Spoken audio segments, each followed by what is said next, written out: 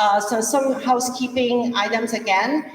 This event tonight is being recorded and live streamed. So if you don't want to be part of the picture, please sit behind the equipment table here.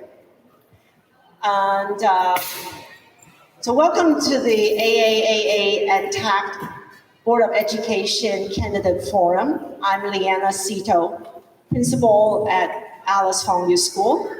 That's my regular job. And I also serve as the president of the organization, AAAA, in my spare time.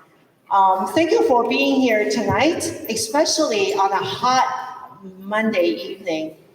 And your presence is a strong testament of your commitment to public education in our city. Our two organizations, TACT and AAAA, represent the AAPI community in San Francisco. The community whose voices have not been heard or recognized historically. We are hosting this forum because one of our goals is to highlight and advocate for the needs of our AAPI students and families. We all know the school board policy affects educators, students, and families directly. As we navigate through one of the most challenging times in our school district history, it's more important now than ever before to elect school board members who can provide the vision, guidance, and support to help us out of our current crisis and lead us to a more successful future. We understand that the problems we face are complex and multi-layered. That is precisely why we need courage, clarity, and communication from our school board. So we thank our candidates for coming tonight. We look forward to hearing their ideas for our school district, their positions on critical issues, and their vision for the future. So with that, I'm gonna turn time to the president of TACT, Cynthia Sen, to say a few words.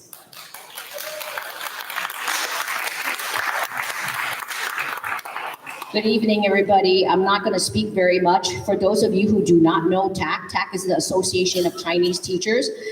Our organization was started in 1969, height of lots of immigrant students coming in, social upheaval. So if you are an educator or anyone who's interested in education, please check us out, tacsf.org. That's also where this event is being live streamed tonight and being recorded. If you have not signed in, please go to the sign in that are posted on the back, the QR code, and please sign in. I'm also going to serve as the timekeeper today. So I'm sitting right there with an orange card that tells you that you have a 30-second warning. And then if I flip to the back with the white time, then your time is up. Because we do have a number of candidates, we ask that you please be respectful of your time and those others. I'm not going to take anybody else's time because you want to hear from them, not me, right? So let's get started.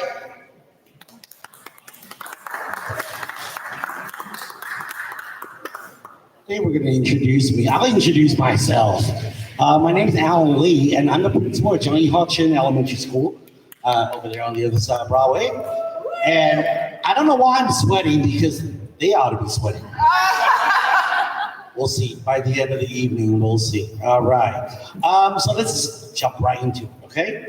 So the first, actually, this is not a question, it's more like a personal statement. And this is how it's going to go. I will read the question, or we'll move on from a personal statement, and then we'll get order that we follow. Although I did add Parag and Jamie because I was told that the two of you are here joining us. Thank you for being here. So I slotted your name in there somewhere. Okay. So for your personal statement, please share your qualification, especially regarding experience with fiscal management of an organization. And what are your 3 top priorities for the Board of Education? And we'll start with Supriya. 2 minutes. No, 1 minute. A minute and a half. 1 minute, 30 seconds. Oh, cutting it down.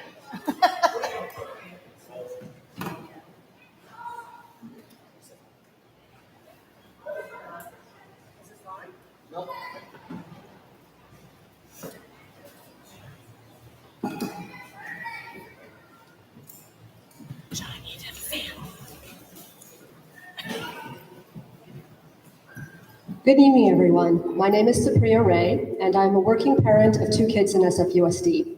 I have a sophomore at Lowell and a 6th grader at APG&E.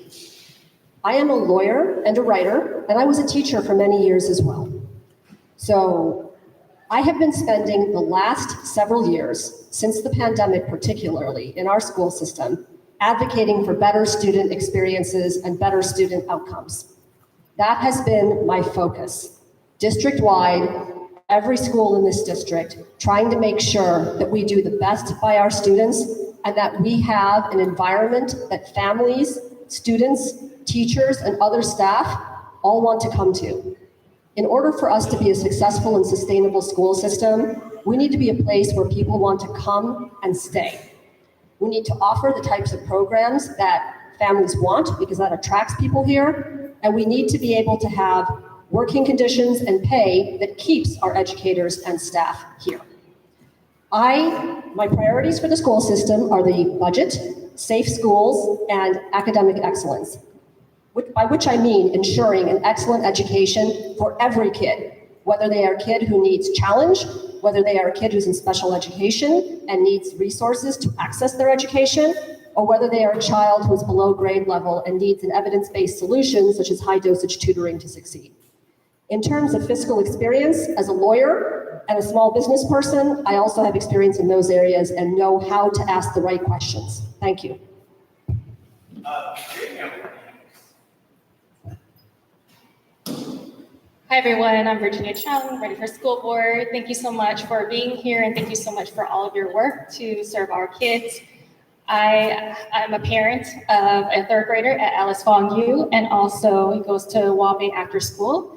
And I'm very fortunate that I'm able to send my child to a language immersion program. I'm a daughter of refugees and my parents didn't learn English and I didn't learn Chinese very well. And to this day, I don't have a relationship with my family because we don't speak a common language. And I think it's so important to preserve our language immersion programs, just keep our families and communities strong. So I spent the last 20 years in education and public policy, and the last nearly 8 years at Wu Yi Children's Services, building the most comprehensive and progressive early education system in the country. And so I am an advancement officer, and I work across different stakeholders, including our leadership and funders from the federal, state, and local levels to build programs for our families to meet the individual needs and individual and unique needs of all of our families. My top priorities is to address chronic absenteeism because that maintains revenue in our schools. Also focuses on equity, and if we can focus on equity, that also brings excellence to all of our kiddos.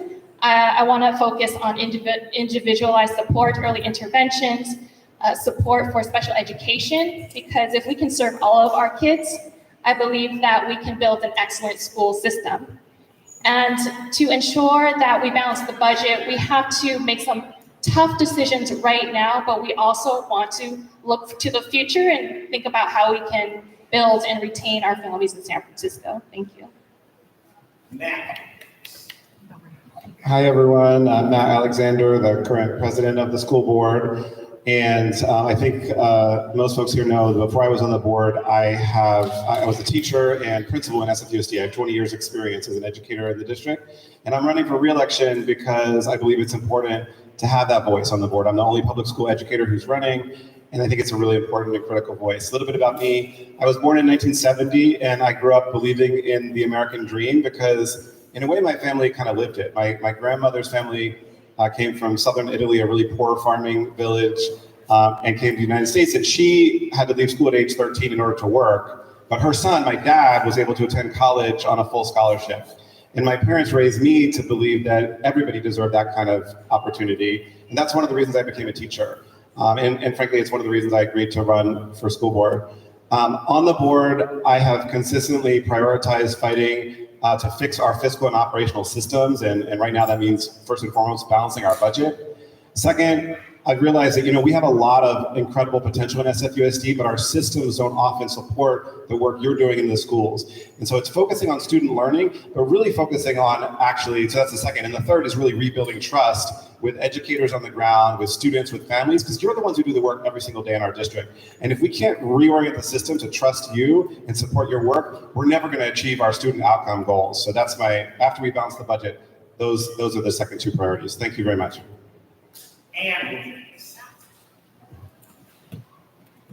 Good evening. My name is Ann Shu. I am a school principal and teacher and mom of two recent SFUSD graduates, one from Galileo, one from Lowell, 18. I'm running for the school board this November.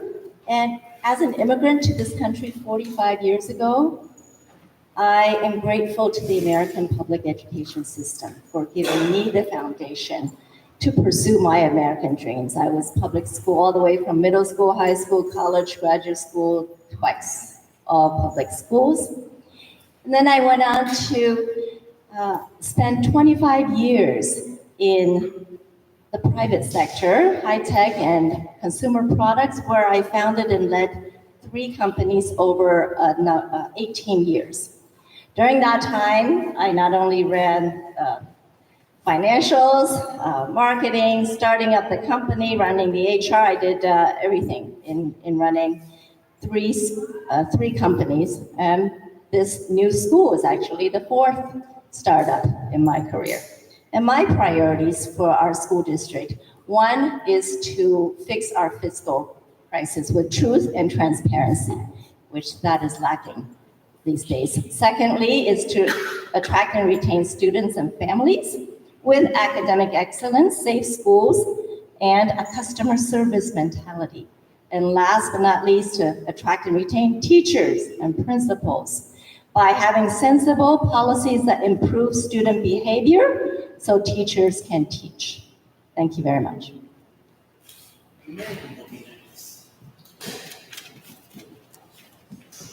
Hi, I'm Minnie Chang, and I'm first and foremost. You press unmute. Just tap it. Sorry, start over. So I'm Min Chang. I'm first and foremost a mom. We are parents to 2 lovely young ladies. Our youngest is a second-year law student, and our oldest is a journalist with the Wall Street Journal. So as parents, we know how important education is to the foundation of a child's future. As for myself, I was born in Taiwan. I grew up in Africa, and we came to the US in 1972. And I was very lucky to enter the US public school system when I was in 2nd grade. I've been a public school student ever since, from 2nd through senior year in 12th grade. And I believe that I'm a product of public schools, and I'm very proud of it. Today, I'm a CEO of a healthcare company based here in San Francisco. And I didn't know it then as a child, but I know it now as an adult, that having that public education as a foundation was really important in terms of my future, in terms of my career. I have over 35 years of work experience. It's very relevant work experience. And I've managed budgets that are over $1 billion. I've also managed resources that are over 1,000 as well. And currently my company is 65 million in revenues. So what I do every day is balance the budget, manage resources, turn around the organizations. And these are things that are really important for SFUSD right now. So if elected, I commit to making sure that we fix the fiscal crisis without closing schools. I also am committed to making sure that we raise the bar in terms of our performance of all of our schools. And then lastly, I really want to listen and work with all of you, work with the communities to really understand your needs and requirements. Thank you. John. Hi, my name is John Gerson, and I'm running for Board of Education because public education really shaped my family. My mom grew up in poverty in Wichita, Kansas, but her love of math and her public education landed her a job at a bank and a way out of poverty.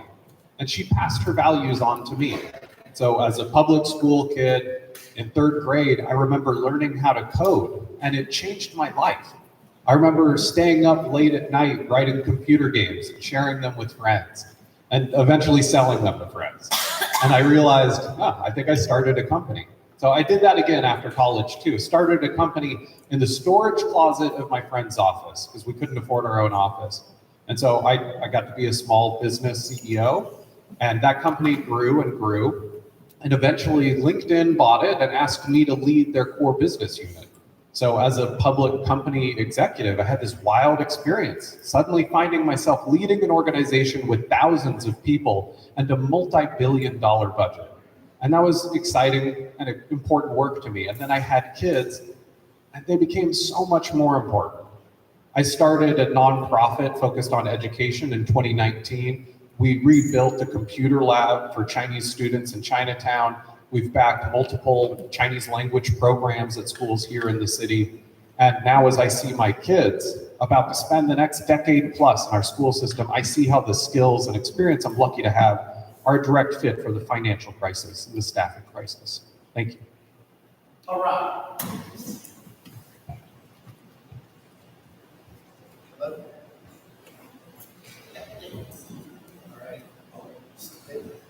No. Tap.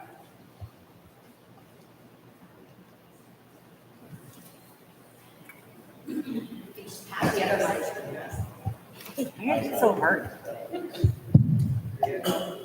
Hey everyone, thank you for being here. My name is Parag Gupta. I'm running for school board. I am at the root of my family is education. My parents immigrated from India, where my father's educational success enabled him to come to this country. My parents struggled. They faced discrimination, wage theft. They lived in an SRO, but they never skimped on my education, even though they had $200 in their pocket. And that enabled all sorts of success for me. My parents could have never imagined I would graduate with a public policy degree from Harvard.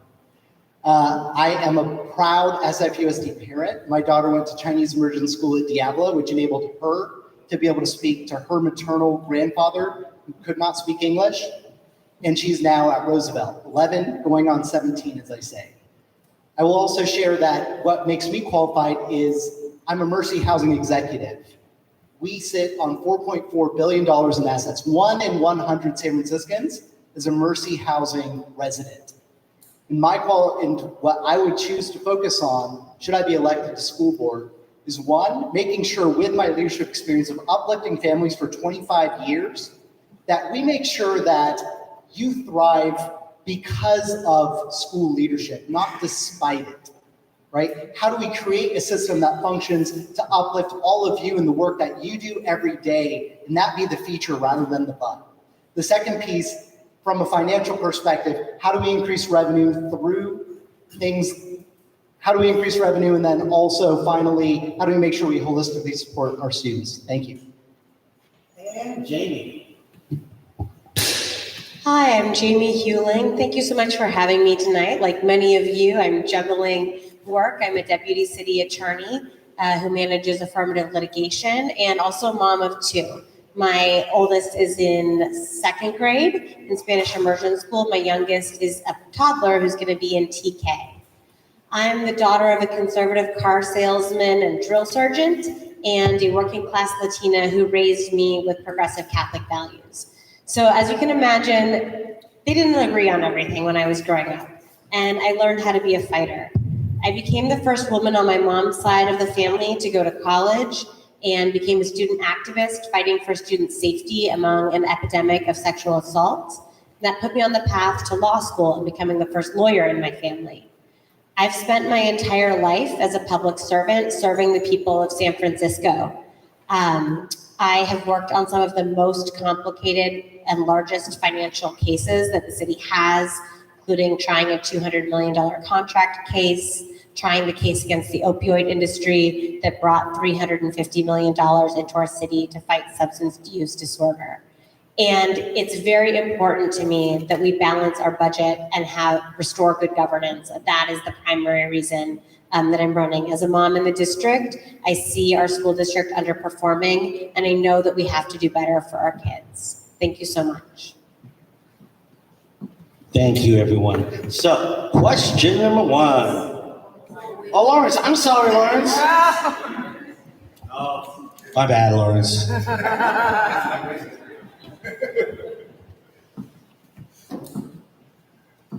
Thank you all for being here. I really appreciate all you guys are doing as teachers and then coming tonight. I remember at the end of the school year, I joined you in the Portola and helped contribute to the scholarship programs you guys are doing. So thank you for all the work you guys are doing.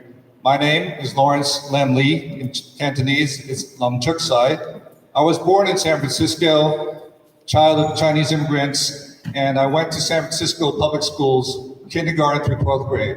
Argonne, Presidio, Lowell, and it was a fantastic experience. I continued to Harvard, Stanford, had a career in biotech, and now I'm a small business owner and general contractor. My priorities are common to a lot of priorities of people here: to fix the budget, to get the state off our back, to get student outcomes better, and to restore trust and accountability to this school district where it's here and there, shall we say. But I'll tell you what, my fiscal experience as a small business owner is being put to bear right now. I restored the Citizens Bond Oversight Committee after it was gone for 2 years, and I'm bringing back cost control to these budgets. I'm looking at spreadsheets and attachments to make sure that the money is being spent on the students, not on consultants. So this is something where I'm actually putting into work right now to make sure that you guys get more money and not some other people that aren't helping out the students. Thank you.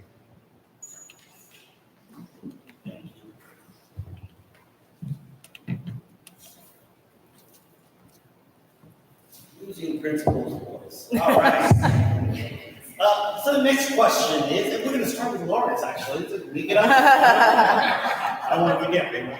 Now, if the mayor's school stabilization team affirms that the proposed closing, merging, co-location of schools will help with the realignment of resources and decrease expenditures, will you vote for it? Why or why not? We'll start with Lawrence. It is hot here, I'll admit to that, and that's not just because of this one question. Thank you, the mayor, for bringing all these experts in as well as the money. And we don't know what's going to happen. We don't know if we're going to have more cooks added to this pot where the current cooks don't seem to be knowing what they're doing. So there is a lot of worry and anxiety from parents here. So I can't honestly say that I feel good that this is going to work out because we have very tight timelines. But I do wish that we get this to work out in all the details and include community feedback, because right now, nobody knows how many schools are being closed. So this is part of a long history of concerns that the community has, and we could do things a lot better. I hope to God that we can get the budget balanced and get more money into students. And whatever happens before January, I hope it works out well, but for sure in January, I will work with you to make sure that things will work out and we'll work towards growing enrollment back in January. All right. Oh, does this work? Okay, great.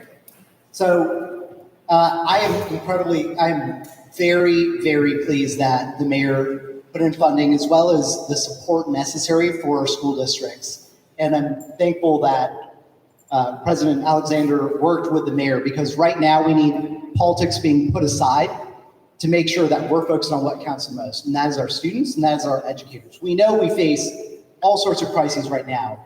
What's happening in special ed is just the latest in a number of tumultuous issues that's affecting. When I speak to teachers, when I hear from educators talking about they don't know how they're going to pull educators and put them in other classrooms because they don't have that is incredibly disappointing.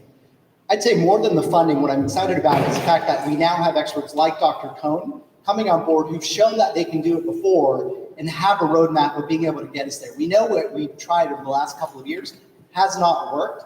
And so having that expertise alongside some of those fundings is going to be incredible. And I'm pleased to actually have the endorsement of Mayor Breed and former Mayor Mark Farrell. Mayor Breed was kind enough to give me a nod yesterday when talking about this very exact issue. So thank you very much.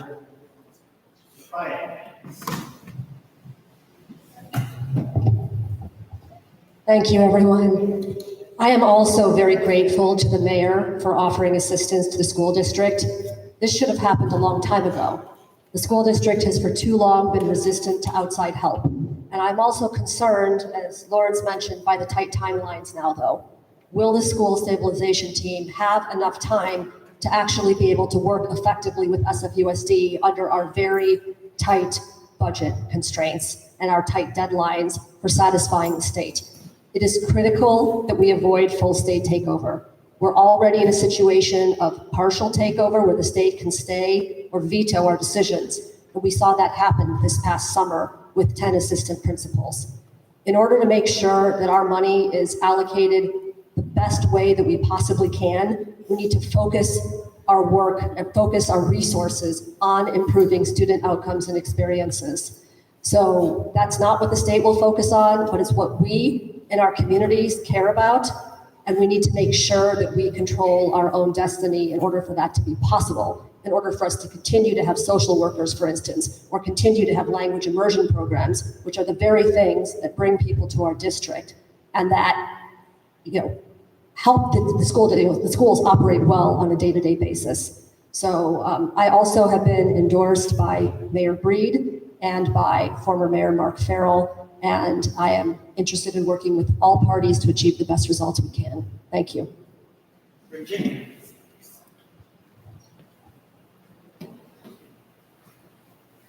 So having worked at a Head Start program and one of the resource and referral programs in San Francisco, I have experience working across many different departments and communities to bring services from different funding streams, as well as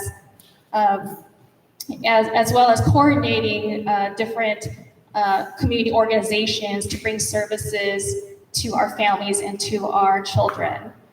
The highest priority for me, as we're making decisions on the budget and the resource alignment, is that every child has a teacher throughout the day.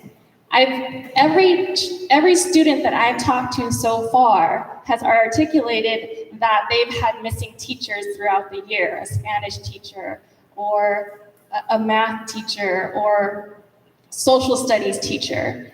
And so if we're making decisions on the budget and making decisions on alignment, every decision has to ensure that every classroom is fully staffed with a teacher and every teacher is fully supported in a fully staffed school.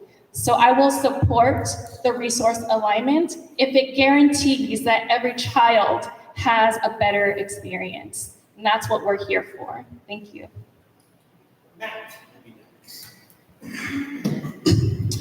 So I became board president on August 23rd with the unexpected resignation of my colleague, Lady Mutombi. I was really sad that she stepped down. We had been working closely together. I was vice president when she was president.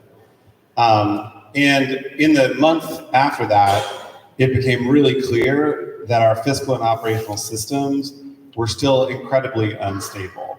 Three things happened. One was we learned about these offer letters that I'm sure many of you know about that were sent out to social workers and counselors back in May, and still, people still hadn't been hired and hadn't even been told what was happening. Some of them moved here to take jobs. The situation with the special ed hiring, which we're going to have a hearing at the Board of Supervisors tomorrow, it was just completely unacceptable. And then the fact that our resource alignment initiative was supposed to come out on September 18th with a list of schools and they weren't ready, right? So I said, we need help. And I approached Mayor Breed, as Parag mentioned, and I'm so grateful to her for reaching out and offering assistance. And I want to be really clear. The mayor has been really clear. Maria Sue and Phil Ginsburg, who are leading in stabilization team, are really clear. This is about help. It's not about controlling the school district.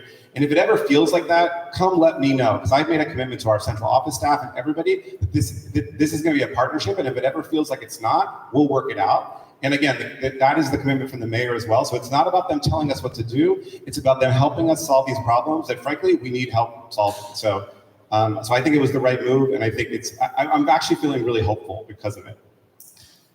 And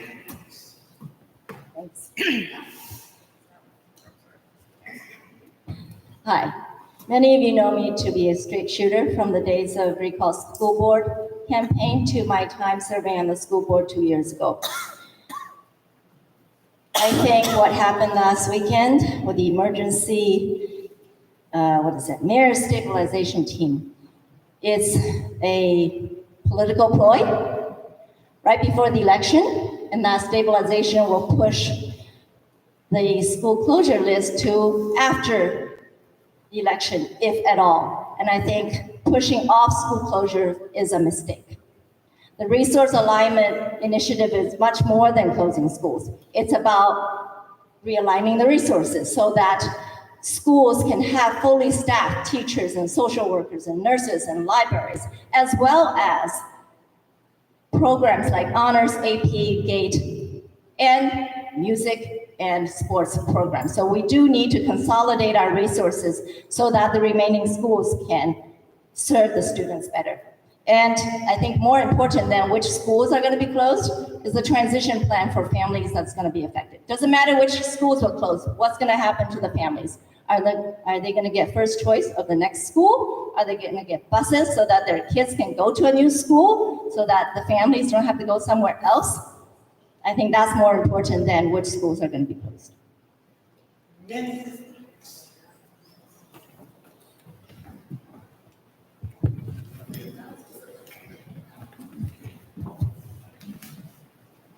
So I don't believe that closing schools is actually the solution. I've spent time actually looking at the financial statements. I've also spent time with people at SFUSD. And there are things that we can actually address. So I'm all about solutions. So from a revenue perspective, from a top line perspective, we can look at federal, state, and local sources of revenue. At the federal level, the grants that we can look at. At the state level, we can actually advocate for a higher per pupil allocation. At the local level, we can actually ramp up fundraising. So there's lots that we can do in terms of top line growth. On the cost side, there are some hard decisions. We have to look at reducing direct costs, and that means headcount, organizational headcount reduction, also indirect spend. So those are all the supplier and vendor contracts we should take a look at and renegotiate. So I believe there's a lot we can do before we actually have to resort to closing schools. The other aspect about closing schools is that most likely if we close schools, the list will include a lot of smaller schools and schools that have specialty programs. And by and large, those schools are the lifeblood of our community. And in speaking to parents, it's really important to have those schools. We have 120 schools that sit in 39 beautiful neighborhoods that are reflective of the communities that they sit in. And so my perspective is that should be the absolute last resort. In terms of the mayor's group that has been put together, I do think that's a distraction. I think it's really important to work with the current team that you have. Like them or don't like them, we have a superintendent, we've got a leadership team. We should work to make some really hard decisions and make sure we make the right ones. Thanks. Jamie. Thank you. Not everything is about politics. And life goes on, and the school district has to be run regardless of whether this is an election year. And so I'm really glad that the school board, saw that the list of schools to be closed or consolidated was not ready, that the plan was not fully vetted, that the state had not signed on to a fiscal analysis and said, we need to put the brakes on this. We cannot scare families and teachers when we don't have answers to their questions and we don't have all of our ducks in a row. And so I'm really grateful to the mayor for sending in, honestly, some of the best people in the city. These are folks I've worked with closely, and I think that it's really important to have stronger relationships with the city and the school district in order to make the use of these amazing resources that we have in the city. Ben Rosenfeld, the recently retired controller who's helping out, is a budget genius, and anybody would be lucky to have them helping their department. And so I think it's really important that when any school closures are announced, that we are able to do so in the best, most thoughtful way, where all of the logistics are planned out, where people know that school communities can stay together, that programs can stay together, and where we can create a school system where every student has access to all of the supports and opportunities they deserve. We put an end to these understaffed schools. Thank you. John will be next. I guess this is what happens when you ask a bunch of politicians a yes or no question. You get really long-winded answers. My answer is yes. And I'm going to be really simple about why I think we need to close the schools if that's what the fiscal team recommends. Because we have an alternative. We do have an alternative. And you can read the fiscal stabilization plans that are online, and you can see that alternative for yourself. You can see where this is all going. The alternative is we lay off potentially hundreds of teachers, paraeducators, and the other staff that you depend on to help you do your job. And I'm tired of hearing about schools where the principal has to lean in and teach 3 classes on their own, or schools where they just don't have enough math teachers, so they're scraping by with what they have. I think that's really unfortunate. And I think we need to go through with the plan that will save us a lot of money, first of all, over the long term, but second of all, can actually provide our district with more money.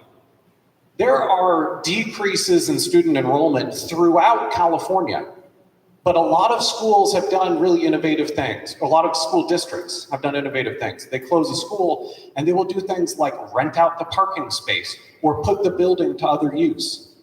And they can make and are making hundreds of thousands of dollars by renting out those properties.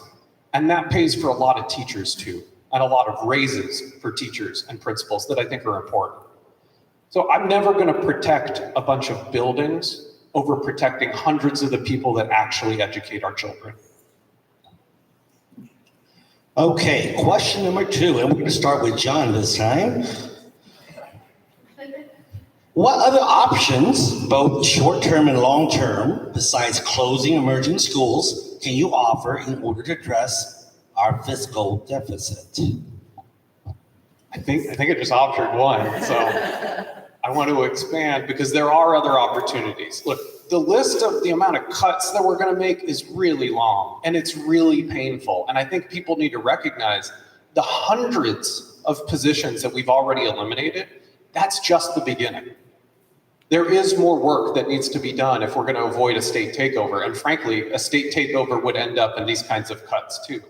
So I think it matters that we bring someone in that has a track record, yes, of managing large budgets, and I'm very proud and fortunate to have managed multi-billion-dollar budgets that are actually larger than the school district itself.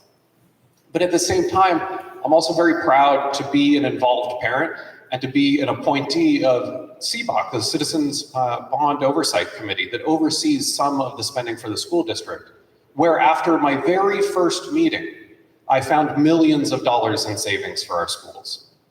The ability to come in and find those savings, find those efficiencies, and not in cuts, but in things that actually save us money and make things better for students at the same time. That kind of experience is, I think, what we've been lacking over this prior decade of mismanagement. Thank you. Next, Lawrence. When I was a kid, I heard this line, and I'm not sure if I learned it in San Francisco schools, but how do you eat an elephant? One bite at a time. So hopefully you guys aren't teaching that.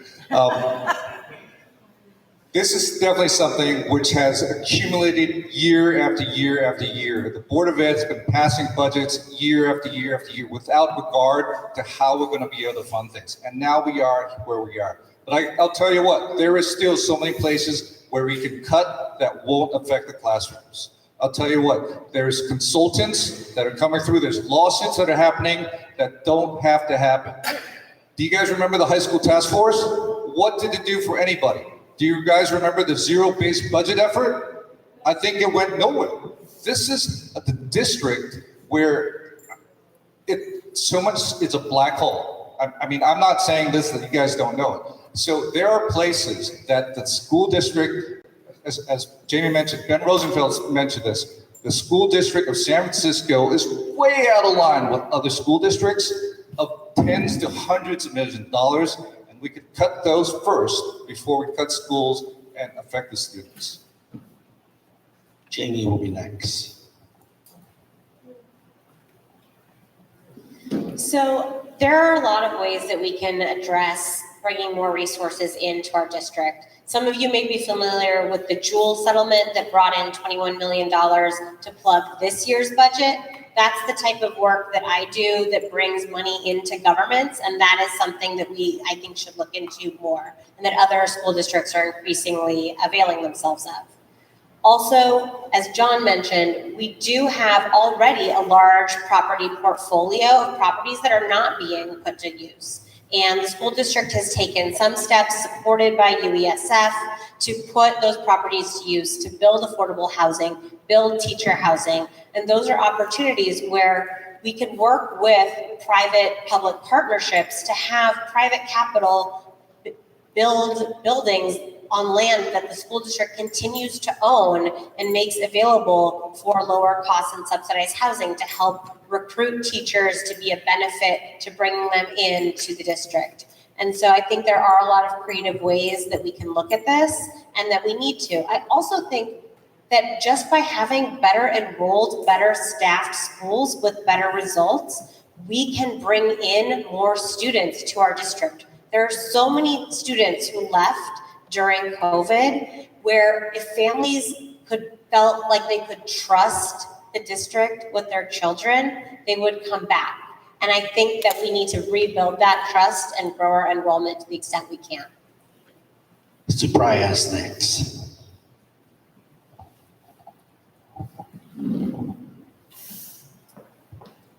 There are a lot of things we can do, both to increase revenue and to find savings within our budget. You've already heard a lot of excellent suggestions from folks here, but I would like to approach this first from an enrollment perspective and an attendance perspective. As you all know, the way the school district gets money is based on average daily attendance. That means that it's really important that our students are in school. And in order to address this issue, because we have very high chronic absenteeism, we have to figure out why our students are not in school and what we can do, if anything, to help them come to school. So I think that the board should make attendance a goal equal to the 3 goals that currently exist around math and literacy and college and career readiness. That way we can have metrics and actual monitoring on a regular basis to see how folks are doing. We can ask questions to make sure we're going in the right direction. With regard to the savings side, there are a number of things we can do, whether it's renting out the fabled pumpkin patch land for more money than we currently do. It's rented for an incredibly low amount of money, as I understand. Or whether it is looking to cut the immense amount of waste that still exists in our budget. Central office was bloated. It has largely been cut, but there are still savings to be found there. And in addition, just by virtue of the fact that we lack basic financial systems, the district doesn't know how much it's spending, when and where. We can do better if we correct that. Thank you. Parag is next. So I think there have been a lot of excellent suggestions here. I particularly appreciate the real estate ones. As someone who works in affordable housing, the largest nonprofit affordable houser in the country, what we do under the McKinney-Vento Act in order to ensure we house our low-income families with students in SFUSD would be fantastic. What we do to make sure that we are housing our educators. We know in the last batch, 152 units over at Chisholm, there were over 900 folks who wanted those, right? So we can definitely do better. In addition to creating leasing opportunities for community resources. One of the things that I would also add on to it is, I'm sure as many of you heard, as I've certainly heard from many peer families who end up leaving the district, the school assignment process is just entirely too cumbersome and too complicated for too many of our students and families. So moving to a zone-based system where we're then able to make sure that families feel they can predictably get into a neighborhood school and then double down and make sure that we're providing excellent resources at those schools, whether it be a language immersion program, whether it be advanced curriculum, to make sure that we keep those students and we earn that revenue in addition to just a vibrant city full of families, if you remember what that once looked like. Thank you. Virginia is next. So I have a degree in social ecology. I studied urban planning as well as public health and policy. And I've worked the spectrum of education, public health, from birth and maternal health to adult education in prisons. And so it's been my mission and vision to build a comprehensive world-class education system from cradle to career that keeps our kids and our families in San Francisco. In the short term, we need to audit our contractors. We've been letting our contractors go amok with their projects, and so we need to reel that in. We need to have permanent staffing so that we have that continuity and a succession plan. We need to also centralize and strengthen our business systems. That is holding us back from making a lot of decisions and planning for the future. We need to have stronger position control because we have no idea how many positions we need. So in the long term, we need to think about how we can expand on our powerful programs like our language immersion programs. We need to expand on our career technical pathways to attract and retain our students throughout their educational journey. And I would love to have a mixed-use development plan for the properties that integrates classrooms as well as affordable housing for teachers, seniors, community service workers, and think about how we can incorporate our schools into revitalizing our neighborhoods. Thank you. Matt is next. So what else can we do? I would say two things. I appreciate the other suggestions too, but two maybe additional things or things that people have mentioned. One is to get more revenue, and the second is to use our resources better. So number one, getting more revenue. 2 years ago, I worked with Supervisor Ronan and others to co-author the Student Success Fund, which passed at the ballot with nearly 80% of the vote and is now bringing in $35 million a year for SFUSD for community schools. So that's an example of how we can be creative, go to the voters, go to the city and get more revenue. And so I think we need to do that again. And thanks to UESF for partnering on that as well. Using our resources better. One of the things I knew from my time as a principal was that we had this bloated central office that several people have mentioned. So when I got on the board, I led the fight to reduce our central office spending. I went to the Board of Supervisors, I got them to do an independent assessment of our central office that showed that we were spending 27% of our general fund on central office upper management positions.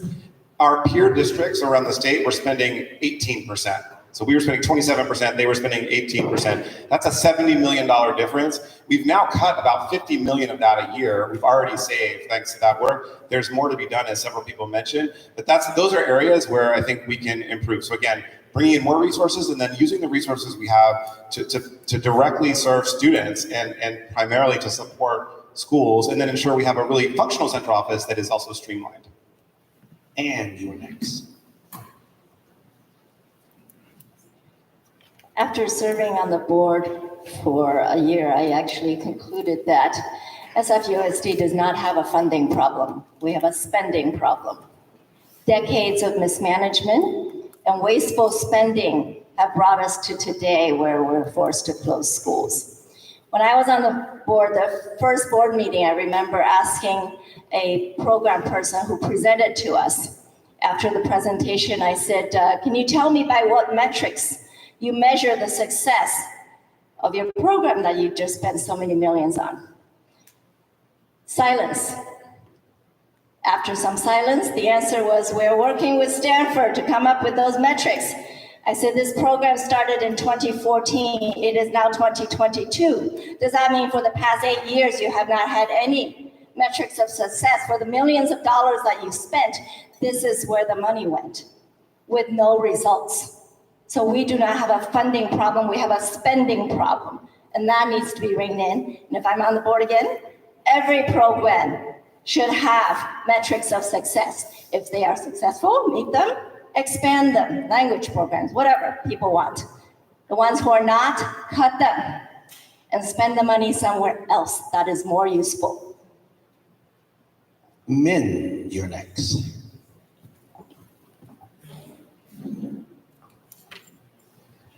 So I mentioned earlier that I'm a CEO of a healthcare company, and when I first took over the company was not doing very well. They had been in deficit spending for 3 years straight, and over the course of just 5 months, we were able to turn that red into black, and we ended the fiscal year with 9 million positive. So it's doable. So what I want to say is the issues and challenges that we have here in SFUSD is actually solvable, but it does require really hard decisions. And I think Lawrence mentioned zero-based budgeting a little earlier. We actually did do that at this company that I'm part of right now.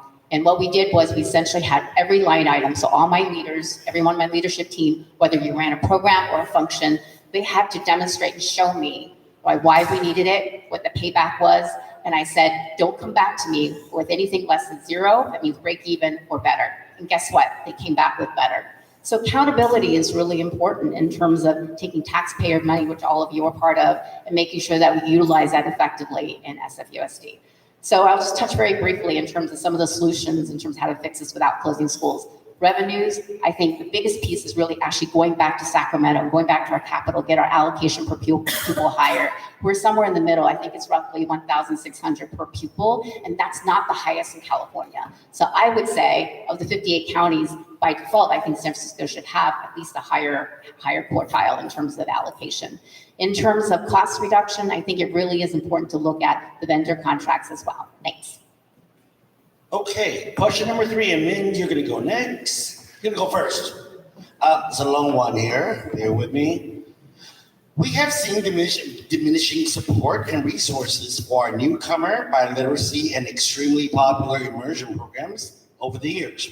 What, in your opinion, are the main challenges in maintaining robust language programs for both ELL, multilingual, and native English-speaking students? What are your ideas to address these challenges? Yes, I mentioned earlier in my personal intro that I was born in Taiwan. I grew up in Africa. And so my first language actually was French. And when I came to the US, I could not speak a single word of English. But luckily, my second grade teacher knew a little bit of French, and she made me feel right at home. So I'm a big believer that actually teaching languages and teaching it early is really important. And kids can grow up without an accent, can actually be fluent in multiple languages. So I'm very, very supportive of language programs, and the language immersion program in particular. As I'm talking to parents, as I go through campaigning, it's one of the reasons they actually stayed in public schools.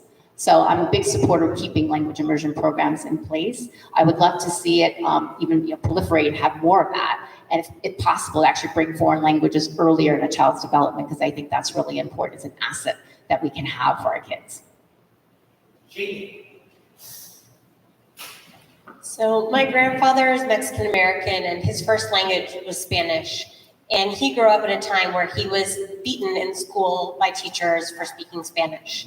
And despite the fact that he grew up to become a public high school Spanish and French teacher, he really grew up in a time of assimilation. So he did not teach any of his 5 children how to speak Spanish, including my mom. And that's a language heritage that our family lost. And I'm so glad that my son is able to regain that by being in the Spanish immersion program in San Francisco. It is incredibly meaningful to our family, and it's a great way that we integrate with the larger community and are able to speak with more of our neighbors and be in community with more people. And I'm trying to catch up, and I have probably worse than second grader Spanish right now, but I listen and I learn. And so I think that a lot of times we hear that there are shortages of teachers in speaking in these language programs, but we know that we haven't fixed our basic HR functions. We know that there are schools that are Mandarin immersion programs that had teachers lined up to start on the first day of school who just hadn't been fingerprinted, who just hadn't been through the process. And then students showed up without teachers in their classrooms. And so I don't think that it's really fair for us to say, oh, these programs are too difficult. They're too difficult to staff when we're not doing the work of recruitment and staffing internally. And we need to focus on that. John, you're next. I actually found that answer really moving. My kids are also bilingual. Their first language was Mandarin, so was my wife's. And I think these programs are incredibly important. It is why I've funded a lot of multilingual programs around the city. But I think what we need to answer is, like, why are programs like that cut? That was the question that you asked. And the reason is, I believe, because when you look at a spreadsheet that contains our budget, what you can see is what those programs cost. What you cannot see is how many students we lose if we cut those programs, or how many students we don't get in if we don't expand those programs. And it's a lot. It's a lot. This is one of the most sought after kinds of programs that we have in the city. And we need to expand it, and we need to do that other side of the equation of how much better is this going to make our school district when we do it more instead of less. And I want to applaud Jamie's prior answer, actually, because I think that was the kind of thinking that she showed, that we need to talk about how do we expand enrollment, how do we drive value and get people to come into the city's public schools as opposed to just what are the costs that we can cut. Lawrence, you're next. Good question. I'll try to help out with some of the answers here. This is definitely a tough thing because I know so many parents that are worried as all heck. Mandarin immersion, Cantonese immersion, Filipino, Korean, even Spanish immersion. These are programs where it's very clear that the district has signaled indirectly or even directly that programs will be cut and there aren't enough teachers. So this is where, again, as people mentioned, the district is not paying attention to what is popular and what families want. So we have to really get the district to get on board with understanding why we are losing teachers, why we are losing families, and make that thing stop and try to address it. If we need more Mandarin and Cantonese teachers, we can work with City College. We can work with the students that are graduating. This is something where we have to think long-term about doing things that'll help our families so that we can go enrollment again. This is something where I personally can feel because I know so many families that are living through trying to get their kids to learn English. And if it's a bilingual program, an immersion program, whatever it is, this is a tough situation. So we don't want to add the anxiety. We want to help them. This is an important part of our population. Supriya. I taught ESL for many, many years in community colleges and community-based organizations. I know how important it is to learn English to function in our society. It makes people able to do everything from take the bus to be able to understand a ballot, to be able, and here we have the ballot in many languages, but that's not necessarily the case everywhere. It allows people to go grocery shopping and do a myriad of other things. We absolutely need to focus more attention and resources on making sure that our English language learners are able to learn effectively and, when appropriate, make sure that they are able to be moved to a general education pathway as well. I understand a lot of students languaged quite a long time past when they should be transferred over, and we need to make that possible so they can access as much education and opportunity as possible. With regard to programs around, for instance, language immersion and so forth, staffing is what we always hear as an issue, and I agree that we need to look at HR and improve those practices before we start claiming that it's just too hard to do these things.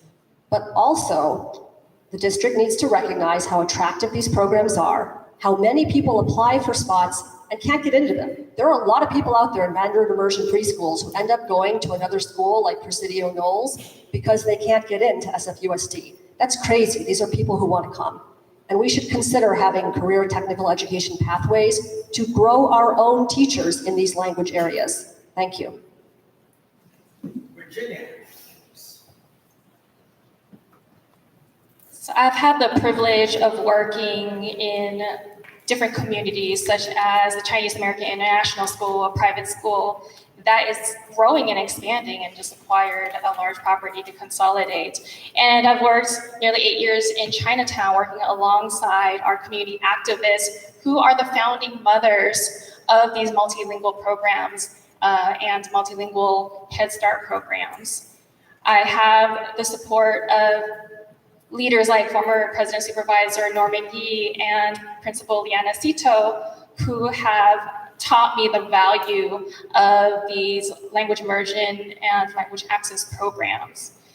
And while I was at Wu Yi, the problem was that we don't have enough teachers.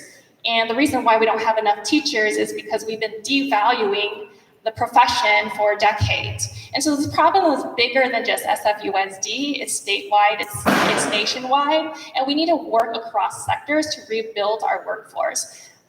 Shoring up on our HR is one, but the bigger issue is how do we encourage our students to go into teaching and want to provide bilingual, become bilingual teachers. I worked with the Office of Civic Engagement and Immigrant Affairs. We don't have enough city workers to provide support in other languages. And so at Wu Yi, I worked to build an ECE workforce pathways program that included higher ed and other institutions to support a pipeline.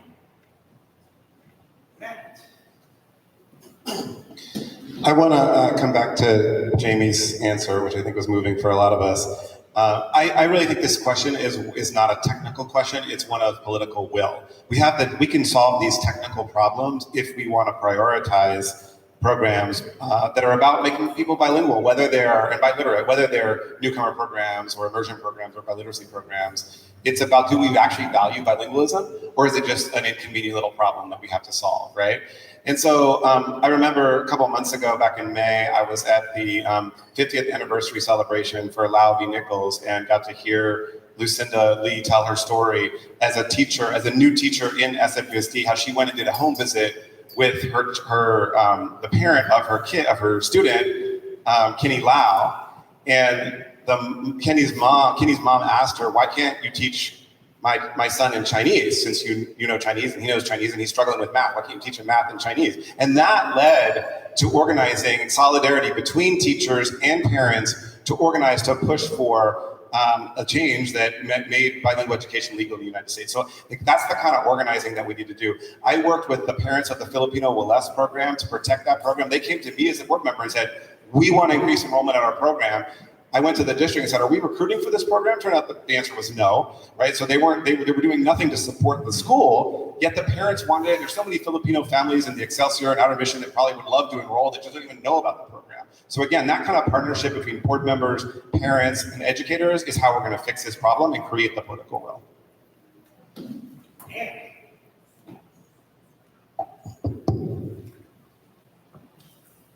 I founded a nonprofit school a year ago that has a number of SFUSD transfers because the students were not being served. Almost all of them are from monolingual immigrant families. The parents don't speak English very well. The kids all speak English fine, except they can speak English fine, but they can't read and write very well.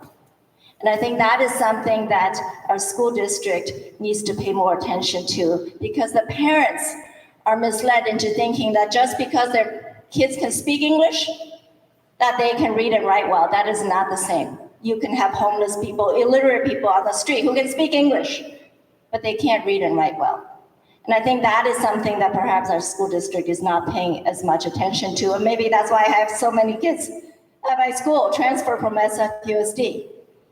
So I think the immersion programs are for, advantaged families who want their kids to learn a second language because they already speak English at home and they don't have that problem.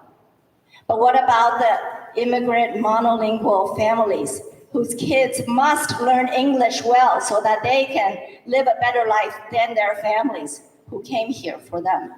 And I think we need to serve those students better. Parag. So we know what this means, given that I'm last. Definitely first on the next one. But so I will say, one of the things that did bring us to SFUSD, and one of the reasons we are proud SFUSD parents, is the language immersion program.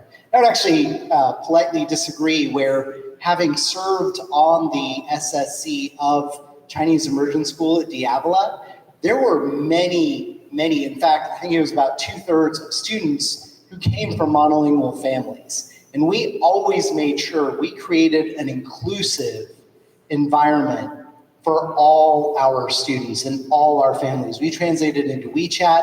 ELAC was not active for a while, so we made sure that we as the school site council took on that function. We made sure all our surveys were translated to make sure that all our families felt included. Because one of the things that we haven't talked about yet is this idea of a sense of belonging. And for anyone who's ever lived in another area where you're not speaking the first language there, and I have in Nicaragua, I've done that in other countries and lived there for a while, that sense of belonging is incredibly important. That's what our schools also offer, like Newcomer. And so one of the things that we certainly have to lean into is we have a robust nonprofit sector here in the city. And I know this because I was a funder of post-secondary success to the tune of about 168 million previously out of foundation. We funded programs that created that sense of belonging, and we need to make sure we do that and continue to do that and partner with those nonprofits to make sure everyone, regardless of the language, feels included. Okay, question number 4. And yes, Barack, you're first. Somebody's figuring out my pattern here. We have observed a steady decline in student enrollment for SFUSD. Name 3 actions you will take to mitigate this trend. So I'll keep this brief because you all have been incredibly patient in a warm day. It kills me every time as school site council chair I hear about families that were leaving. And so I've been thinking about this for a while. So the number 1 thing we need to do is to move as quickly as possible to a zone-based system where our families can predictably enroll in a neighborhood school. Stop the lottery system in the school assignment process. Let's get to something that people can simply do. Number 2, when we have those schools that people are going to, let's make sure that people are getting the curriculum that they seek, especially if we're going to do a school closure or we're going to do school closures, mergings, or co-locations. Let's make sure that we ask those communities what they want to see in their schools. Do they want to see more advanced curriculum? Do they want to see CTE pathways, language immersion programs? And let's make sure that we're providing them that so that we can retain the families that we have. And then finally, number 3, by doing these two things, that starts to rebuild the trust. And the third thing we need to do to continue to rebuild that trust is to make sure that we continue to listen to our educators, our administrators, our families, asking them how we're doing, implementing feedback surveys, looking at outcome-based solutions that are actually working, and being transparent with what's going on to make sure we can rebuild that trust and continue to increase our enrollment. Thank you. And you're up. Thank you. 3 things I would do to increase enrollment. First, increase academic excellence. Stop the grade inflation. Many parents are taking their kids out of school because they feel like they're not learning anything. But what they're learning gets easier and easier. It's all A's and B's on the report card, but actually they haven't learned the grade level proficiency that they need. So first is restoring academic excellence. Second is safe schools. I mean, it's becoming harder and harder for principals and teachers to control the classrooms. At Lowell High School, I saw with my own eyes these kids in the hallways that are disrupting kids who are in the classrooms. What can we do to fix that situation so that we can have safe schools? Then that's actually more fundamental than academic excellence. And thirdly, a customer service mentality. My 25 years of career is in private sector, where you had to have a good product, you had to serve the customers well by listening to them and giving them what they want. And that is something that SFUSD has not done well, is treat families as customers. And we need to have that attitude so that we can listen to them and give them what we want. With these 3, I think we can keep families and attract more families back with academic excellence, safe schools, and a customer service mentality. Jamie, next. So, as the first woman on my mom's side of the family to graduate from college, and one of the only cousins on my mom's side of the family to even graduate from high school, I know that there are so many kids who are capable of achieving so much more than they're given the opportunity to. I know that the difference between me being able to become the first lawyer in my family and my cousins who weren't able to graduate high school is really an opportunity gap.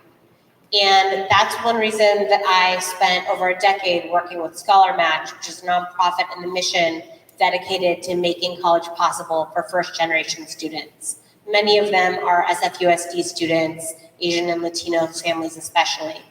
And those kids are able, with Scholar Match's help, to graduate from a 4-year college on time at higher rates and with less debt than the average American college student when they're given the right supports. And so I think that in this era of budget cuts and school closures, we really need to make sure that we are protecting the holistic supports, protecting community schools, and making sure that kids are able to actually be present in the classroom because their bellies are full, because their families' concerns are not, interfering with their ability to learn, so that they can all reach their potential, and that will help us bring families back.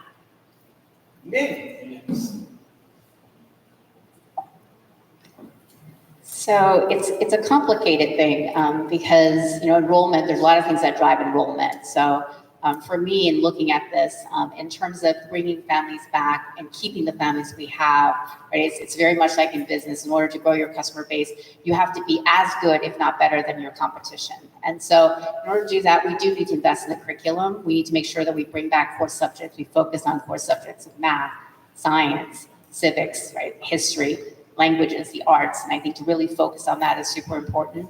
I also think it's really important to have really great educators in the schools, and that means we need to invest in our teachers and our educators. And then in addition to that, in terms of bullying, harassment, and violence in our schools, our kids have to feel safe in the school environment as well. So there's a lot to do as I listen to parents in terms of making sure that families and kids want to come back to school and stay in the schools.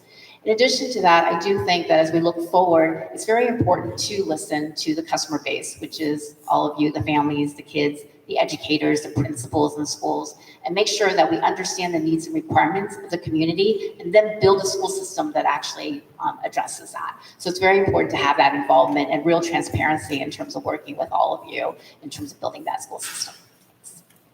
John. I agree with Parag. It actually starts right at the beginning with the student assignment system, which of course many parents call the lottery because it feels like you're gambling with your child's future. And nobody should feel that way. The system that we have today is absurd. I mean, many teachers actually know this. I talk to many teachers where there's a teacher that works at one school, married to a teacher that works at another school, and they have kids that go to a third school. How do you deal with that? I mean, that's infeasible. And our student assignment system doesn't take that into account at all. So some teachers at our own public schools send their kids to private school because of exactly that problem. I mean, there are other very specific changes that we could make. For example, the student assignment system, even the new zone system, does not take distance into account, and it should. It artificially caps people's first choice school. Let me repeat that. It limits how many people get their first choice, period. There's no reason to do that at all. But it goes way beyond that. If we can improve our education system, more people will come back. I talk to parents all the time that leave for middle school, their child leaves for middle school because we don't teach advanced math in middle school. We're starting to work that back, and we need to make sure that that happens. We don't need to be piloting algebra. We need to bring algebra back, period. School safety has been touched on a couple of times. That's super important, especially in the Asian American community in particular, where there have been a lot of issues, and I think we're all aware of those. Thank you. Lawrence. Okay, three things. Listen to the people that are leaving, the teachers and the parents. Number two, let's get our reading and math scores up. And three, let's do the programs that people want. If it's math, middle school, if it's language immersion, if it's mental health for the students after the pandemic. I'll tell you what, these are common ideas, but I've been working at trying to address this. I was on the civil grand jury, which looked at teacher certification, which is in the news this week. One of the things we looked at and found and made recommendations again is to listen to why teachers are leaving, because we need to retain teachers so we can retain families, so we can grow the number of families. If you talk about reading, this is something I've been working out with years, with dyslexia families, with families that are people of color. They want to have high doses tutoring. They want to have all these methods to help them get to reading at grade level or better. And then the third thing, language immersion, we all talked about it. I definitely have been working with so many families to help them try to get language immersion to stick around and last go bigger. I've definitely worked to get Prop G to pass in March, and I've been helping to get mental health concern higher profile because I had a lot of mental health concerns when I was a high school kid, and I got a lot of free support from my high school counselor. So this is something where it really helps to have people that had that first-hand experience to try to make the change now.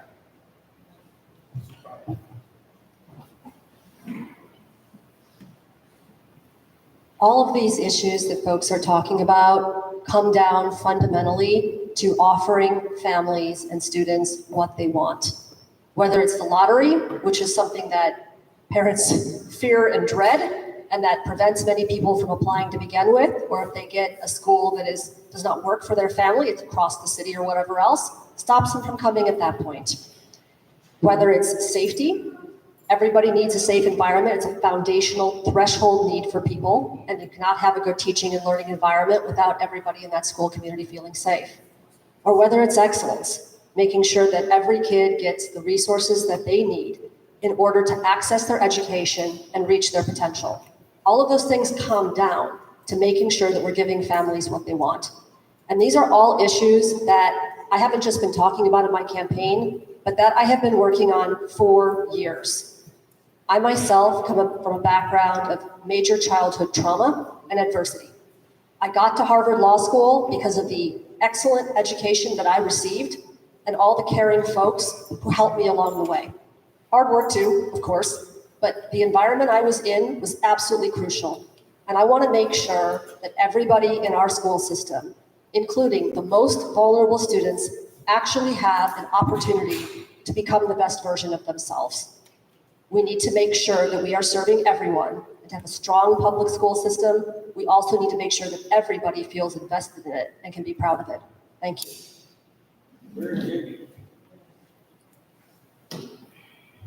This issue is very personal to me. My parents are refugees, and I was born here. My parents fought tooth and nail to get us into a good school system and stretched beyond their means, and we've faced evictions and health issues. Even though we were in one of the best school districts, my brother dropped out of high school. I was very lucky, however, in kindergarten. I had an amazing teacher who set me on a path to be the first in my family to graduate college.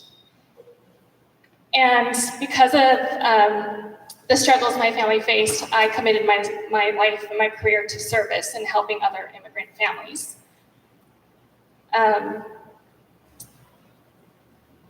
worked in early education where I know that focusing on the first 5 years supports our children to succeed in kindergarten and beyond.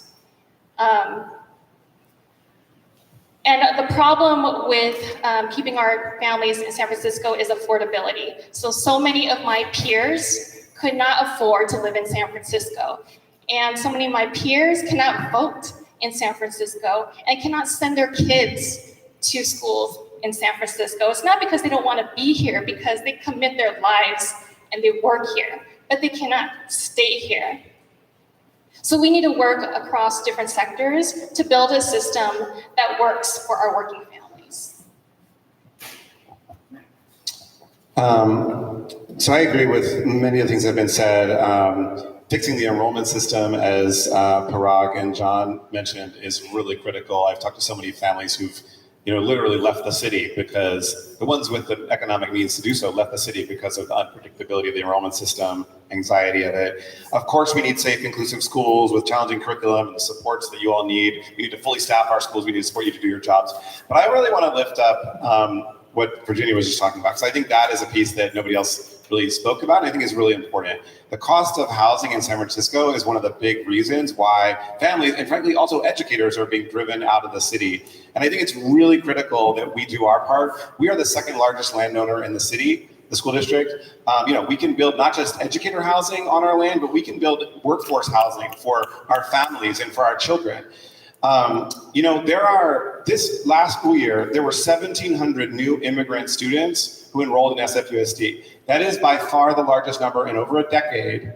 and that is a 3.5% increase in our enrollment. If those families had not arrived as new immigrants, we would have even less money, right, and have even less enrollment. So I think we're also not kind of giving the gratitude to our new immigrant families, but also supporting them, because a lot of those families are homeless. A lot of those families don't have any way to stay in the city. And if we don't help figure that out, and a lot of that's on the city government, but we need to be pushing them to do what's right for our new immigrant families, to keep them in our city and to keep all our families in the city. Okay, so we're coming to an end. Close, 2 more questions. We'll just power through, okay? So Matthew will be the first one to answer the next question. That's a fun one. What is your stance on Lowell's admission process? So I am the proud parent of a Lowell graduate, class of 2020, and this is an issue. So I am really committed to Lowell as an academic magnet school. I know its strengths, again, because my son went there. I also know educators there. I think it's fantastic that we have that school and that it has the legacy of excellence that it has. I also believe that Lowell should reflect the diversity of San Francisco.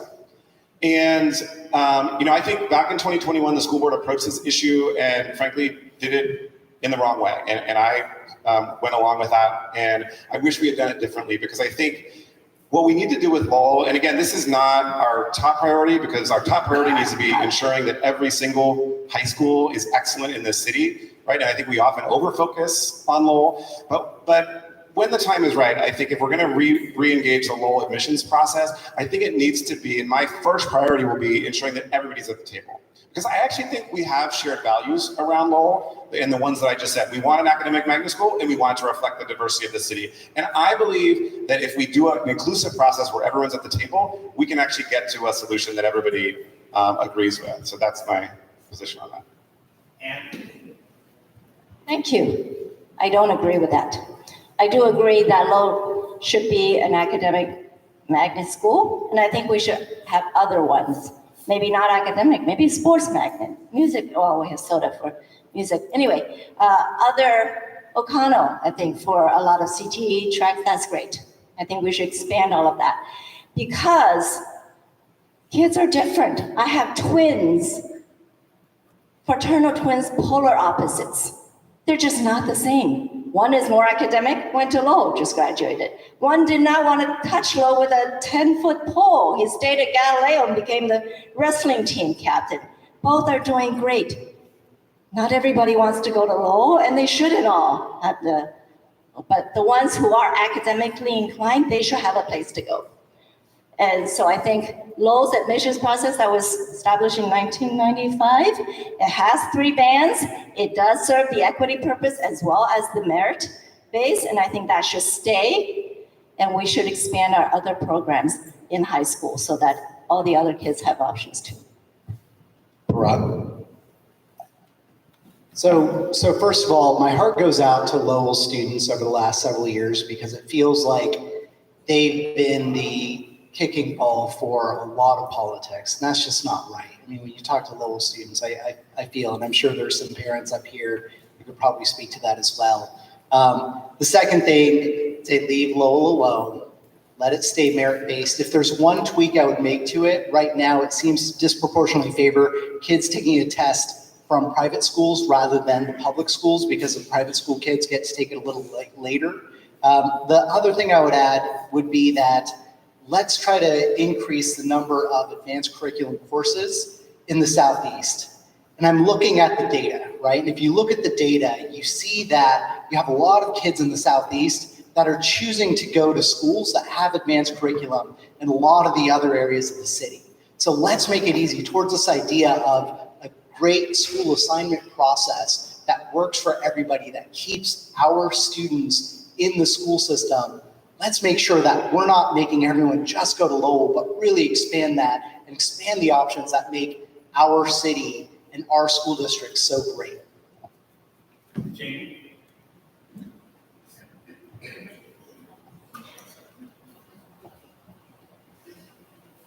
So I think that the one thing that I've taken away from these kind of political wars about Lowell is that there are more people who are interested in the academic focused curriculum that Lowell offers than there are spots available.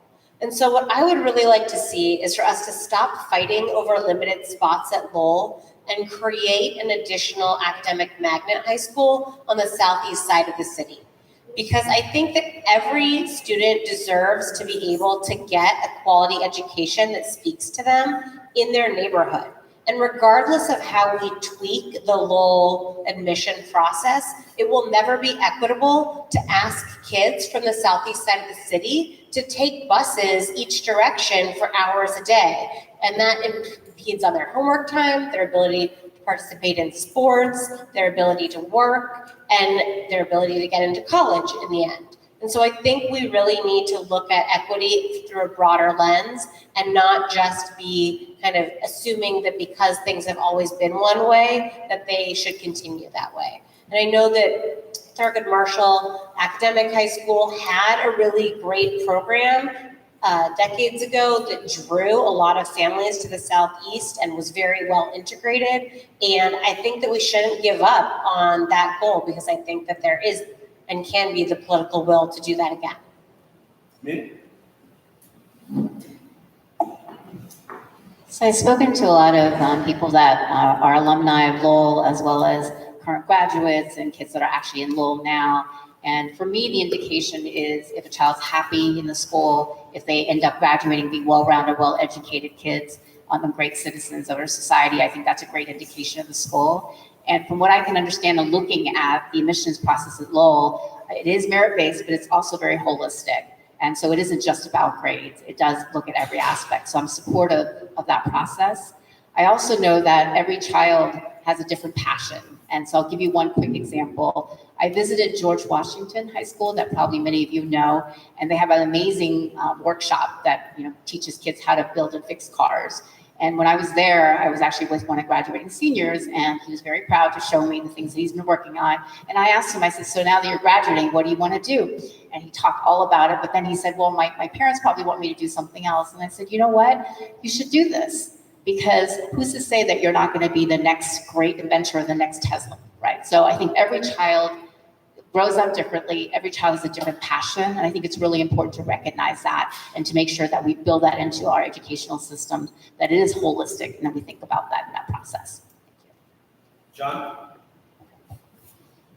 Look, if you've concentrated on art in your childhood and you worked harder than any other kid in the rest of the city, you deserve a spot at Ruth Asawa School for the Arts. And if you have concentrated on academics and worked harder than any other kid in the rest of the city, you deserve a spot at Lowell. It's that simple. At the same time, we do have a problem. More people want it than can get it.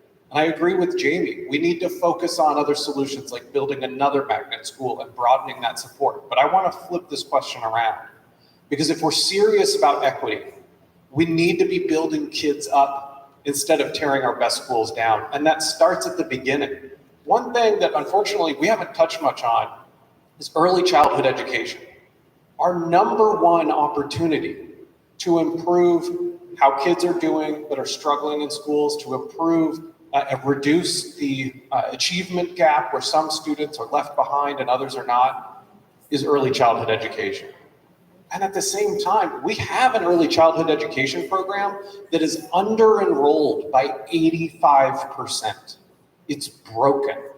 I hear from parents all the time that paid their $100 application fee, $175, I think, which we should not charge. And then their application was lost. They literally never heard back. We have the money to expand it too. The city has a fund with $469 million available for early childhood programs. We need the political will to tap into that, and then we can actually address this equity issue. Thank you. Do I support Lowell merit admissions? I went to Lowell High School. It was a great school. And I definitely fought to make sure that Lowell kept its merit admissions. I was here with Beard Fong in front of 555 Franklin many times because we knew what the school district was doing was wrong. There was a strong racial element to it, and we were fighting it. And on top of that, what the school district was doing was against the Brown Act. This was something that is a fight that will continue to happen. We need to be sure that Chinese Americans, who are 22% of the student population, have representation in the school district. This could be the first time in decades where there's no Chinese American on the school board. This is a big issue because merit admissions to Lowell High School and RI Soda could come up every single year. The goal for the school district should be to focus on the basics and getting those things right. We should not be worried about these periphery stuff like Lowell's admissions. This is something that's super important, and parents have been very clear to me that they're really happy that I fought for them to make sure that Lowell kept the merit admissions.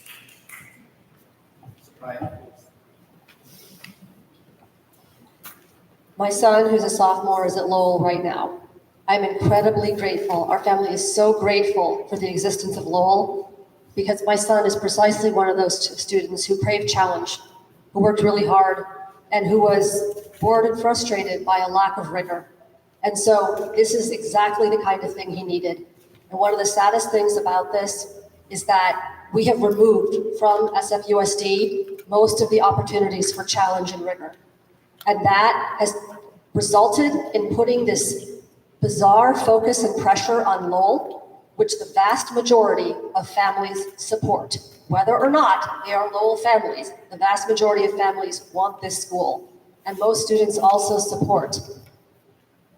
The debate over Lowell has sucked the oxygen out of the room and taken away from all the really pressing issues in our district and how we provide a good, solid education to every kid at every school.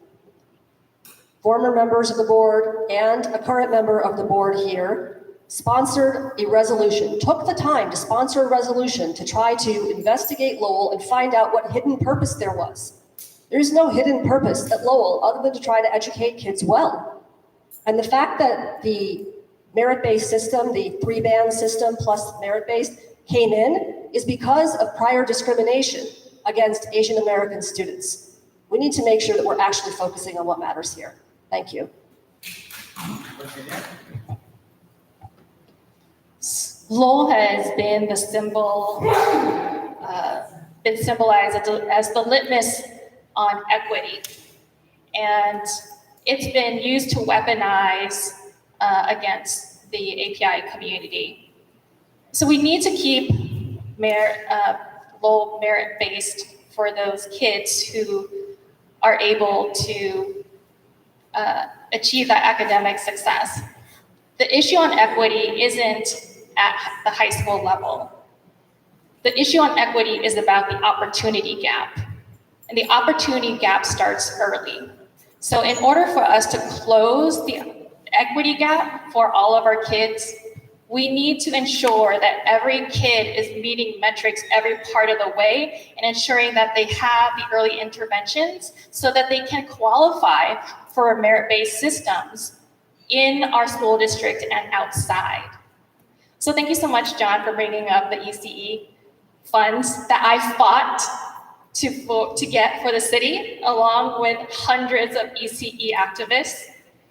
And we built that system exactly for this purpose, to close the equity gaps for all of our children so that they could succeed in kindergarten and in their careers. So I want to bring that focus and that expertise from having worked to build the most progressive early education system to close those opportunity gaps for all of our children throughout USD and beyond. Thank you. Okay, so we're down to the last question. This is kind of a differentiating question. Educators are asked to differentiate all the time. We're also asked to grade people, right? You know, report card time. We had to write a grade and make a comment and all that. So this is my last question and we're going to ask those of you who are not yet on the board first. So Ann and Matt, because well, the two of you will have to go last. Okay, all right.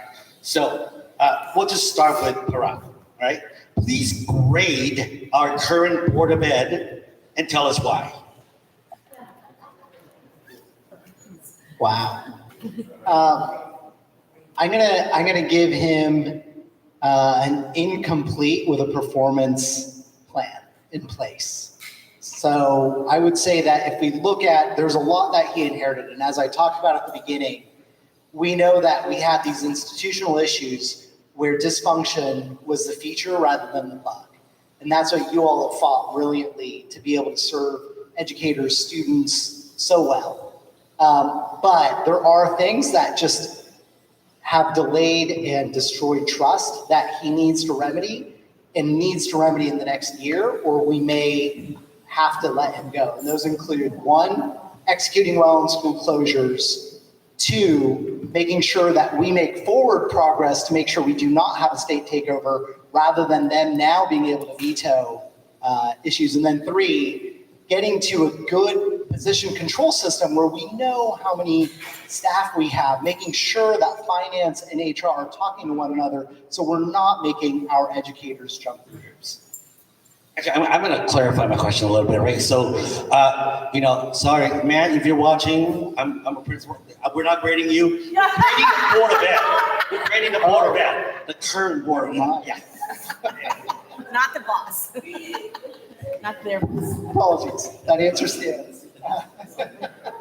So the current board, I mean, I would say the same thing though, because the buck stops at the current school board. So the same thing applies. In addition to in order to hold the executive accountable, you also need to hold the board accountable. So the exact same things apply where we need to make sure that they have their eye on the ball and that any of us who come in also similarly have our eye on the ball in moving things forward. Thank you. Jamie?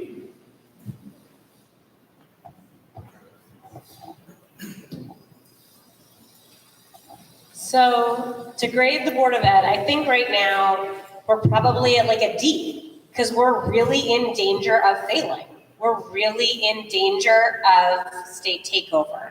And I think we have, a lot of our participation points. I think that we're doing our extra credit and doing our makeup homework and we're getting back on the right track. And I think that we can pass. But I think we have a long way to go. And if you totally don't show up for the final and you blow it and you get taken over by the state, then you don't really get to be the Board of Ed anymore. The state steps in and the fiscal responsibility lies with the board.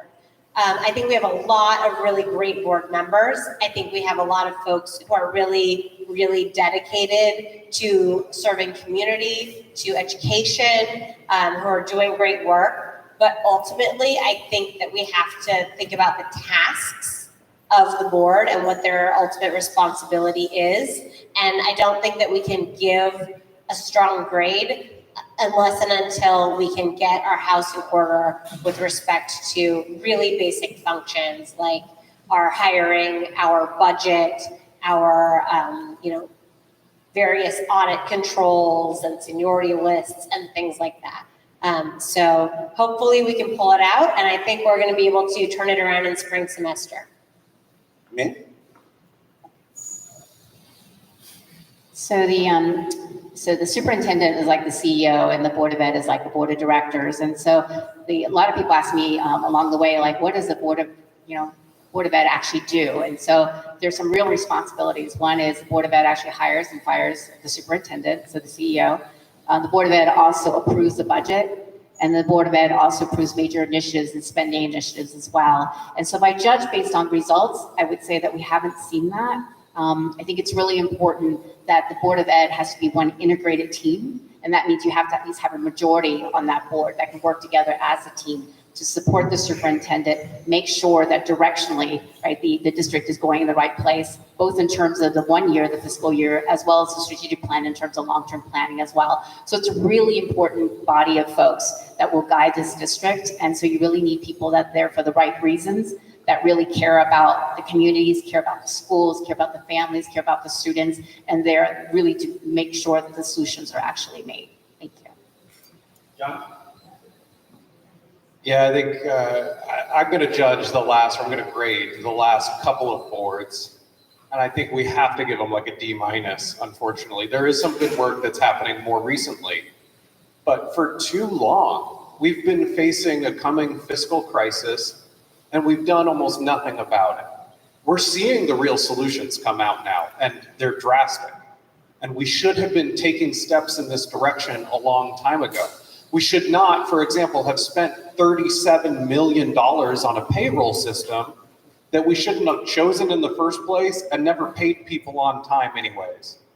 Things like that are absurd, absurd. They're a waste of money, and nobody really got serious about issues like that, the fiscal crisis, the staffing crisis, or equity, bringing in a real childhood education program like I talked about for way too long.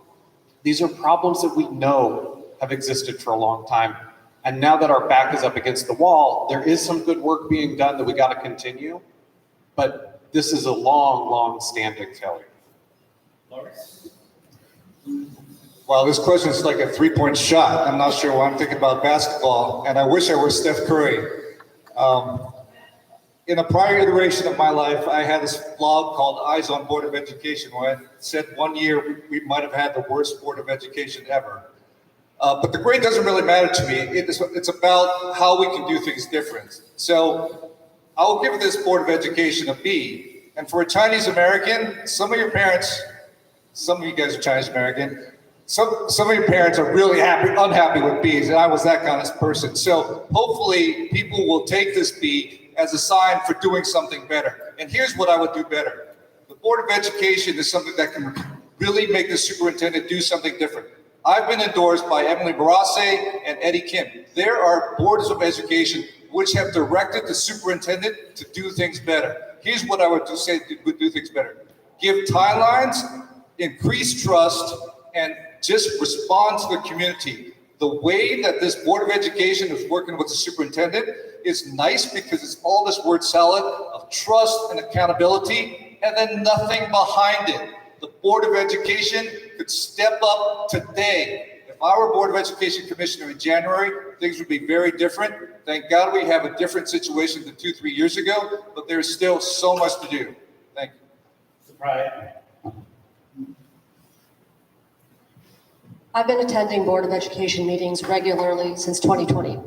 I have probably attended more Board of Education meetings than anybody except the current board commissioners, because I've been engaged in advocacy on literacy and math and safety and good governance and budget and reopening and outdoor learning and other uses of outdoor space and many other things. So I have been watching this, and my kids have been in the district since 2014. So I have 10 years of experience in addition to like my actual advocacy experience as well. And I am very sorry to say that prior boards that I've observed have failed. And that is something that I wish I didn't have to say, but I think we have to recognize our failures and our mistakes in order to learn from them, acknowledge what the problems are, identify those, and move on. We had folks who made decisions that left the most vulnerable students in a worse position than they already were with our very prolonged closures. Schools for so many people are places of safety and stability and opportunity and access, and kids were denied all of those things for a very long time, while they focused on issues that were absolutely peripheral or minor or performative. And that makes me, I wish that weren't the case. The current board has made major steps to try to turn things around, and I definitely appreciate that. But the fact that we are still in a position where we are one step away from state takeover and have gone from worried about us to negative certification and at high risk of going bankrupt shows that they have not succeeded. So I would also grade the current board a D. Thank you. Virginia. We have many very passionate individuals on the board. However, the audit has already graded the board, and we're not doing well. We're failing. We are failing. And we need to fix our budget. In general, we have not been focusing on the right metrics. Even today, as I look at the metrics and we're looking at outcomes by skin color, but how do we solve by ethnicity and skin color? We need to be looking at actionable deliverables. What can we actually solve for?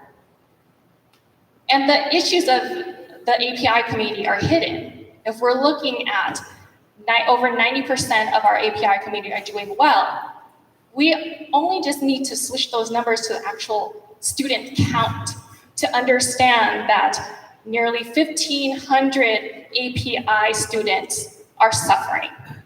And it's about the same for the African American community. About 2,000 African American students are suffering, as well as in the Latinx community. So we need to look at the structural issues of what our students are facing and look at each student as an individual and not just by their ethnicity and skin color. And we need to focus on how we are cutting our spending. So we haven't been tracking that well. I've been seeing in the budget that they were going to cut early education 10 million for months now. And I thought surely we would have a plan for what that implementation would look like. Apparently not. So we need to do better to track how we're cutting and how we're implementing those cuts. Thank you. Okay. So down to Man and Ann, as people who are currently on the board, and you were on the board, Philip, Kim, you don't have to participate this time. Next time, okay? So Man and Ann, these are tough graders. Lawrence is very nice with a B. So I guess the related question is how would you grade yourself and why? Matt, want to start? So I think all these critiques are right on target. And I think, I'll also say, part of my reaction was, well, you're going to understand how hard this job is when you get up here. And in a year, when people ask this question again, it's going to be you.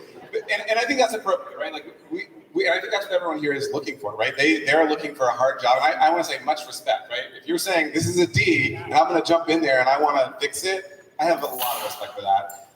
And I'll just say maybe, again, with humility, I think that there are real challenges. And I think Min spoke to it about the role of the board. Our job is to represent the vision and values of the community.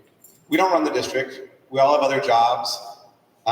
We get paid $500 a month, which is nice, a little something, but it's a big responsibility. And it's also a team of 7. Right? And so one of the things I learned very early on the board, and I lived through a lot of dysfunction, right? And there were times in which I contributed to it by not speaking up when I should have and other ways.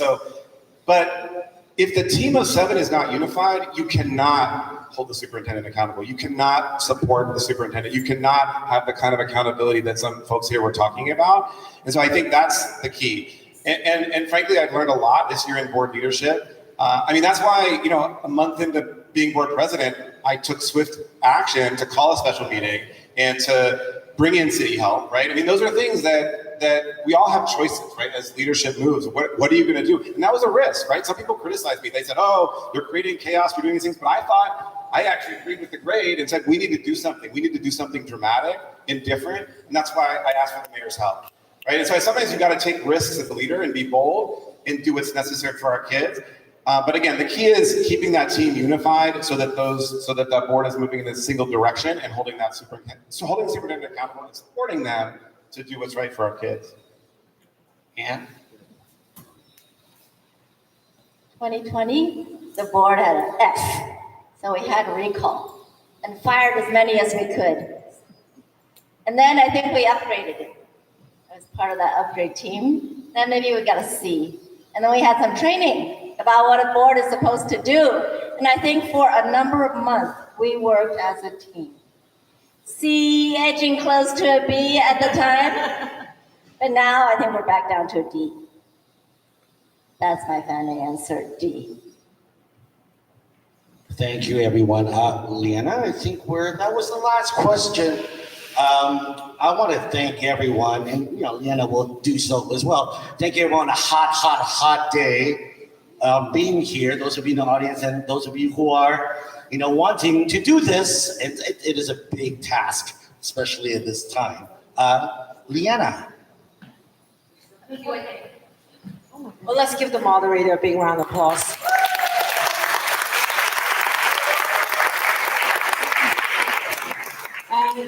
Do we have time for some Q&A? Are there cards coming up to the front?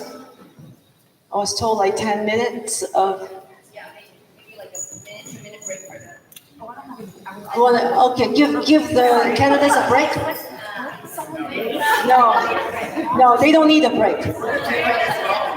They love the hot seats. We have index cards, so if you have a question, if you can write it down and hand it to Jeannie. Do you want them to write it, or can they just come up and ask? You comfortable to come up and just ask the question? I'm not taking the first one. Anybody want to go first? Maybe you form a line. Okay, I have a headache. To be honest. I think all of you are in for a really difficult job, so I applaud all of you for running, period. Okay, my concern is probably not what you've spoken to, but I guess I'm a little concerned that what I'm hearing is totally feedback from the community, and then also, the superintendent and his or her role, and then the board. Okay, because I work as a teacher. I used to teach at SFUST, and my whole profession has been like training new teachers and stuff. And what I think is interesting is that our parents are given the right to be participatory, and I truly agree with that because I was one of those kinds of parents. So I don't want that right to be taken away. But there's something about the leadership in the classroom, and then there's the leadership in the school, and then on and on.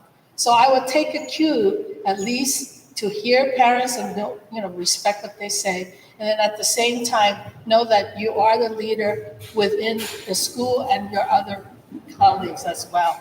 So that the superintendent, I think his failing in terms of just someone sitting on the outside now is not that it doesn't seem like he has a vision where a board can abide with, or he doesn't want to commit to one. So that's my concern as a parent. So that's something I hope you would look at.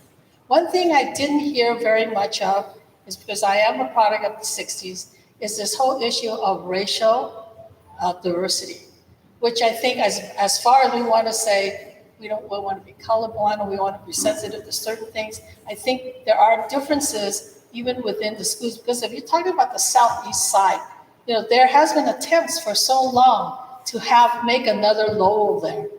And yet the southeast side has been greatly inhabited by a lot of Asians, if not Chinese specific, which don't necessarily subscribe to going to the schools there. They will change addresses, they'll do whatever to get to other schools. So there's a problem on the southeast side. Just increasing that is not going to help. So I'm guessing that the problem is that culturally and ethnically, we are all different. And I think not hearing how parents interact with each other within the schools and not understanding how our kids suffer by it, by listening only to the parents in terms of their own biases, and then therefore passing it about to the school, that's one danger. And then not having parents understand each other is another danger. I don't know how schools are even fixing that now. So my question is. Well, Lorraine was my professor, so this is very typical of her. To give a lecture first, and then ask a question. My question is that I see the whole notion of academic excellence as a goal, aside from the whole problem of how this country being divided is not by accident. That we don't get each other. And as a teacher before, we had a lot more. I was a teacher at Chinatown School, where I had to visit Bayview Hunters Point parents. We actually made home visits. Everybody thinks that's even a crazy idea to deal with now. Okay, don't do that. But my question is, how do you reach parents that are diametrally opposed in terms of class, in terms of education, and in terms of language? In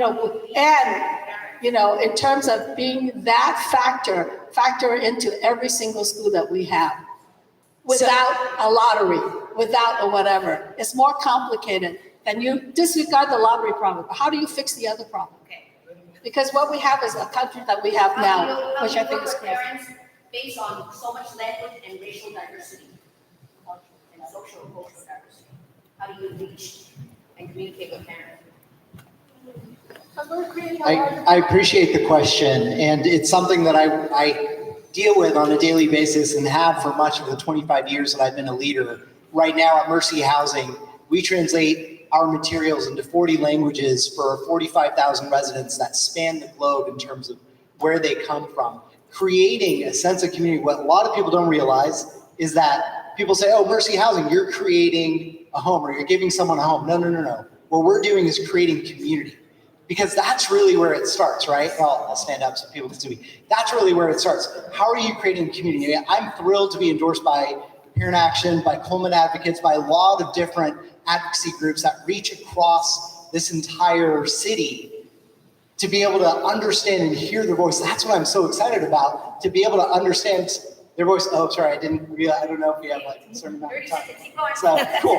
Yeah, no, that's good. So that's where I think it's really about finding common purpose of where we want to go and then being able to do that. And that I think is critical on the board as well, where it's sort of find that common purpose, bring 7 people together and be able to execute on that with urgency. 30 seconds.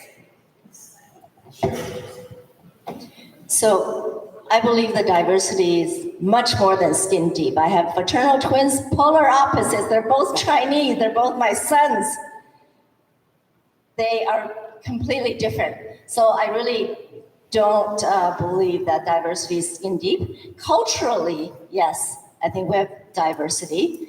And working with monolingual immigrant parents in the last year, it is a challenge because they come from a culture where they're not used to engaging with schools because they never had the opportunity where they came from. So I think we should have our parent liaisons at every school who are sensitive to the cultures in that school's population.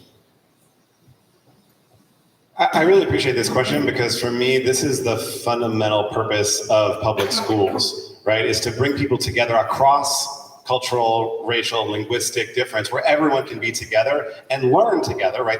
There's a purpose, which is academic learning, making sure everyone can reach their full potential, but it's in community. And that's one of the things that is just, to me, so beautiful about San Francisco is that diversity. And the fact that, back in the 60s, we had Chinese kids, is that it? Sorry, Chinese kids and Black kids and Latino kids and Filipino kids and white kids all going to school together and building those bridges. And I think that has to be one of our goals as a public school system. Again, not through like crazy lottery systems of engineering school enrollment, but through building community in our schools so that people can build that kind of solidarity across difference. So this is the problem I have been working on for nearly 8 years at Wu Yi as we expanded into the Southeast sectors and we were trying to attract families of different cultures to an organization called Wu Yi Children's Services.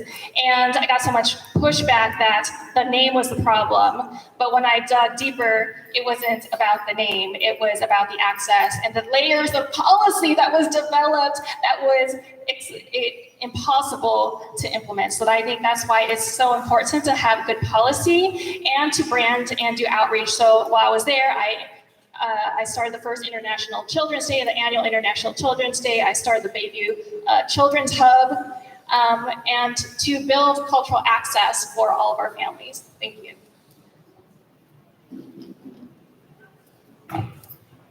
I agree that one of the great strengths of our public school system and what helps us keep a foundational democracy is having a diverse population. School is the best time and the best opportunity for most people to meet folks from other backgrounds. Our school district has for far too long functionally told families who have a choice, don't let the door hit you on the way out. That's a problem. If we believe in diversity, we actually have to welcome people from all backgrounds, all income levels, all ways of thinking.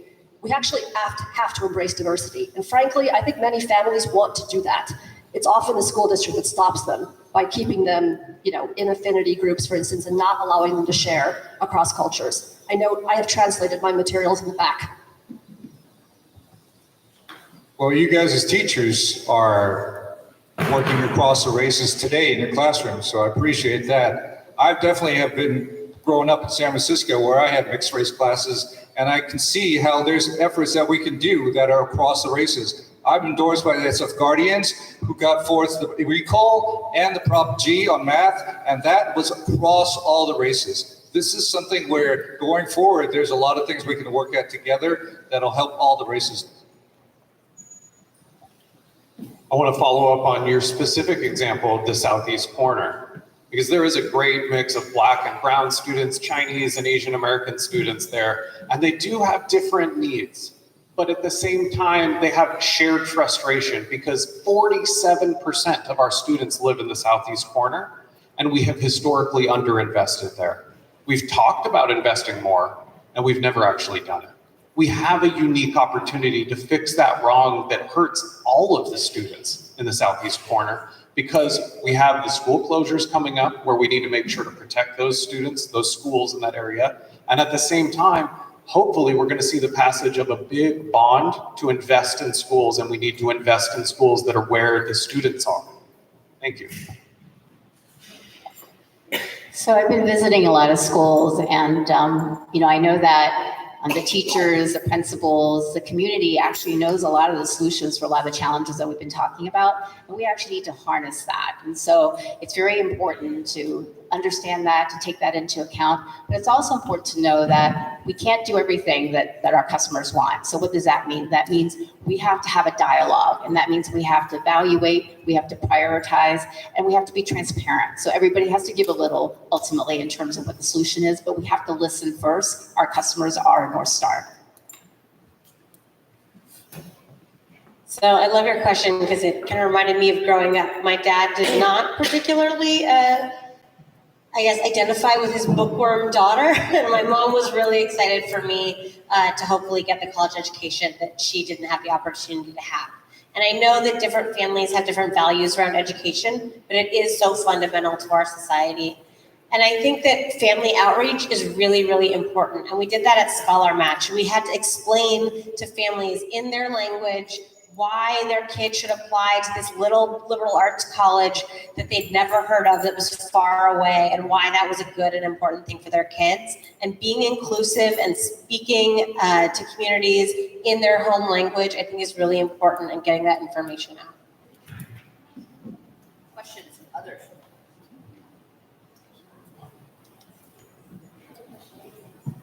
Will they come up? Thank you, everybody, for coming here and speaking to teachers and community members. Just real quick, I'm hearing a lot of speak about having company experience. This is a business. I'm afraid that our public school is exactly not a business. It is a public institution, and it is for our people, right? It's for all people, it's for people. So I'm interested in what Matt had said about working together to get things done. So as you are all new to the school board, except for Matt, I'm interested to find out how would you work in harmony to move policies for all of our community, not as a corporate entity that might be edging its way into our public education, no, but about community building, and that you have a track record of working for the community. So I'd like to hear about that. We'll start with Jamie.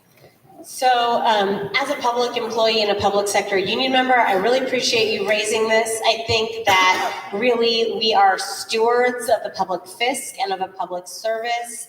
And I am somebody who's worked for local government for the bulk of my career because I believe in our city and I believe in serving all of the communities. I think that it's really important that we realize that there isn't like the same type of profit motive, and that our budgets work differently, and that our relationships with labor are different. And that's one reason that I'm really proud to be endorsed by UESF. And there are some of us who are already working together. John and Prague and I are running together, and we're really proud to be endorsing Matt, and Matt's endorsing us, and we're excited to build bridges for the benefit of the district. Yeah, so I run a mission-driven organization, and it's a nonprofit. And a lot of people, when I first got a nonprofit, said to me, "Well, it's not a business." But actually, if you have profitability, right, you can actually create more resources that you can then serve the community more, so it's more sustainable. So from that standpoint, it really is important to actually have that. I do think that the school district is an organization, and as an organization, we have to be functioning. So from that standpoint, it has to be financially viable, has to be operationally viable in order for us, right, to service the community in a broad way and to really provide the resources that are required. First, I'm proud to be running with Jamie and Prague and working with Matt. And I do think that that's meaningful. I would point also to my nonprofit work that I've done over the last 5 years supporting education across the city, supporting programs like 826 Valencia, Mindful Life Project, SMART Program, Students Rising Above, etc. So that work is incredibly meaningful to me. At the same time, I think we can't have this kind of allergic reaction to business. I'm really proud of my business background and leading large teams with very, very large budgets. And it's what helped me come in as an appointee to CBOC and find millions of dollars of savings for our schools. We can't get out of this without doing a few spreadsheets. So that's why I'm running. I'll try to be quick. Definitely, you got to show more than just corporate experience, and I've been doing it. I've been on the civil grand jury, and I've been on the CBOC that John mentioned, and each year we can only do so much. So we have to figure out how to work together to get something accomplished each year. And the other thing is, for sure, we also have to demonstrate that we work with community. And I got to tell you what, I've been working with community again and again and again. If it's about literacy, if it's about forming the Asian American Pact, if it's about language immersion, these are questions that are working across many communities and really listening to the people's concerns. I really appreciate this question. I have been walking the walk for my entire life, trying to make sure that we bring opportunity to the most vulnerable folks among us, and also trying to make sure that we build systems that work for everybody. You need buy-in from everybody in a society, everybody in a school system to make real progress and to be sustainable in the long term. I have been working in coalition with parents, with teachers, and with education advocates for years on all of the issues I've been working on.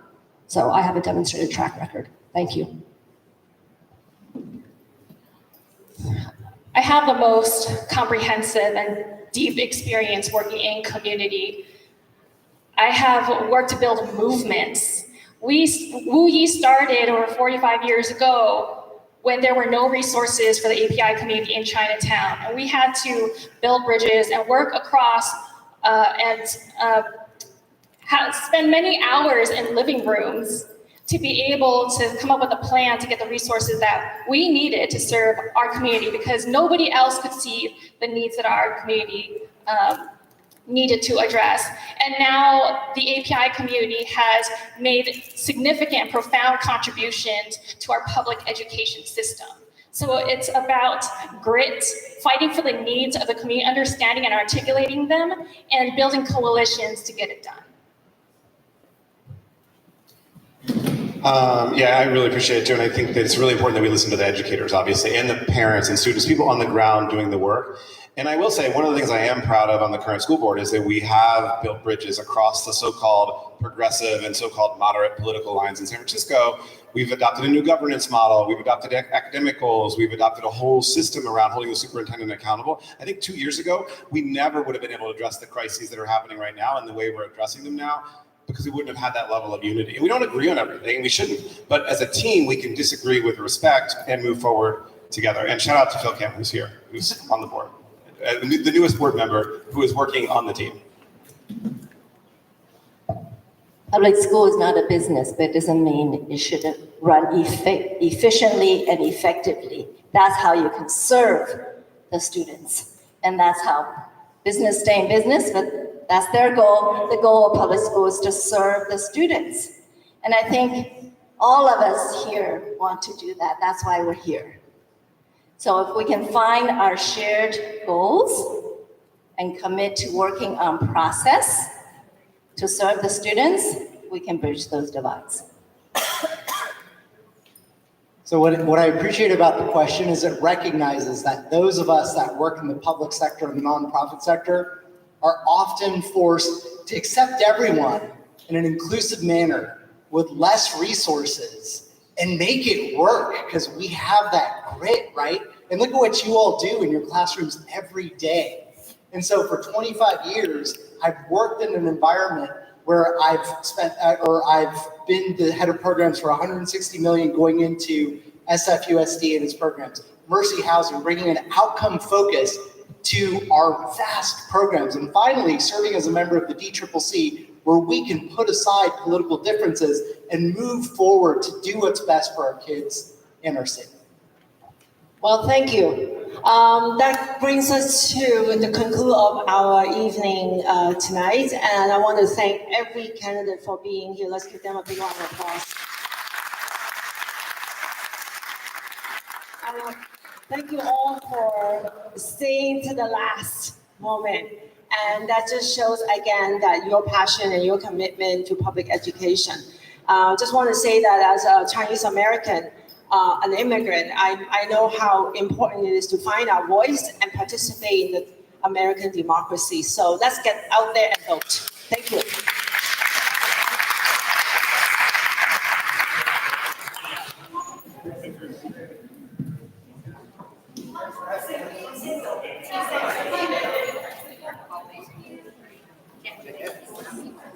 Thank you.